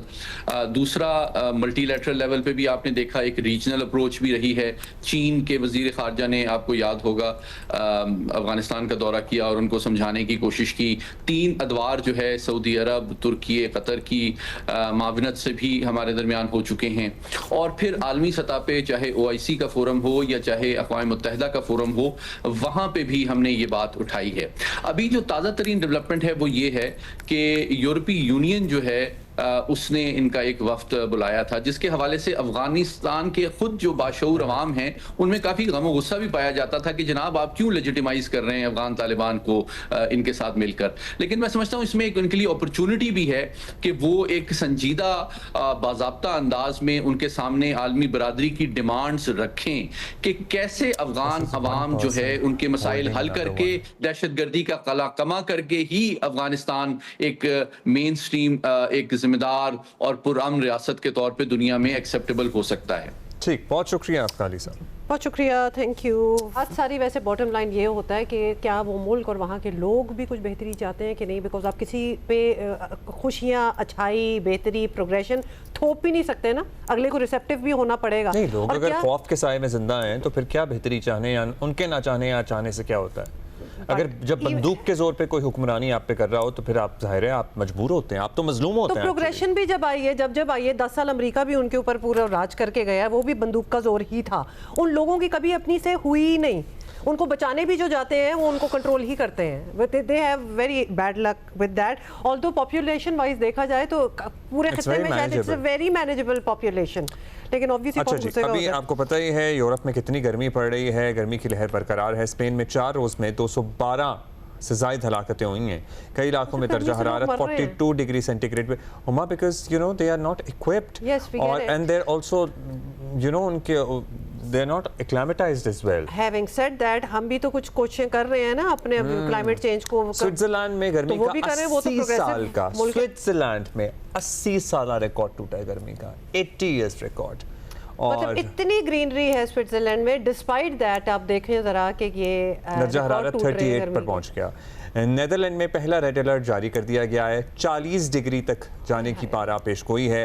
बरतानिया में बेशतर हिस्सों में 36 से ऊपर ही है टेम्परेचर और एक गैर मामूली रेड वार्निंग है जो जुमे की रात तक बढ़ा दी गई है। लंदन में बढ़ती गर्मी पर होने वाली कॉन्फ्रेंस शदीद गर्मी के बायस मंसूख कर दी गई। सॉरी, गर्मी पड़ गई है कि वो कह रहे हैं गर्मी में जो गर्मी में बात भी नहीं कर रहे, हमें गर्मी लग गई है, वो मनसूख हो गई है। फ्रांस में हीट वेव से हलाकतों की तादाद 50 से तजावुज कर गई है। जब हम तबादला ख्याल की बात करते हैं ना कि learning from one another and all that, maybe they should learn from us how to deal with this. अच्छा जी, मुल्क भर में ओवरऑल मौसम गर्म है और अपनी भी बात कर लें। हाँ, हमारे यहाँ 24 घंटों में अगले गर्म और मरतूब भी रहेगा, ऑल्दो यहाँ पे ज़रा क्लाउडी रहता है तो उससे शिद्दत कम हो जाती है। कल गर्मी थी बट शाम में हमारी फिर भी अल्हम्दुलिल्लाह बेहतर हुई। हम ये बता दें कि सुबह और रात में कहीं कहीं बूंदाबांदी का इम्कान कराची में जाहिर किया जा रहा है। आज ज़्यादा से ज़्यादा 34 to 36 रहने का इम्कान है, which is manageable. Abdullah, you said it. Don't say things like that that don't happen then. नहीं। इंतजार में दुनिया बैठ जाती है कि जी आपने कह दिया था सुबह सुबह। तो और वैसे भी कोई बारिशों की बात नहीं हो रही, लिटरली अच्छा जी, बस जाते जाते ये बात भी आपको बता ही दें कि ICC women T20 world cup में भारत ने बांग्लादेश को 5 विकेटों से हरा दिया। हम तो कोई मैच और सेमीफाइनल की दौड़ में अपनी पोजीशन जो है ना बेसिकली कहना था कि वो मजबूत कर ली है। और इवेंट में पाकिस्तान टीम अपना आखिरी मैच नीदरलैंड के खिलाफ हफ्ते को खेलेगी, which is going to be tomorrow. Green shirts event से वैसे तो आपको पता है ना बाहर हो ही चुके हैं और कोई कामयाबी भी हासिल नहीं कर सके। That is it. We're going to see you on Monday, inshallah. Bye.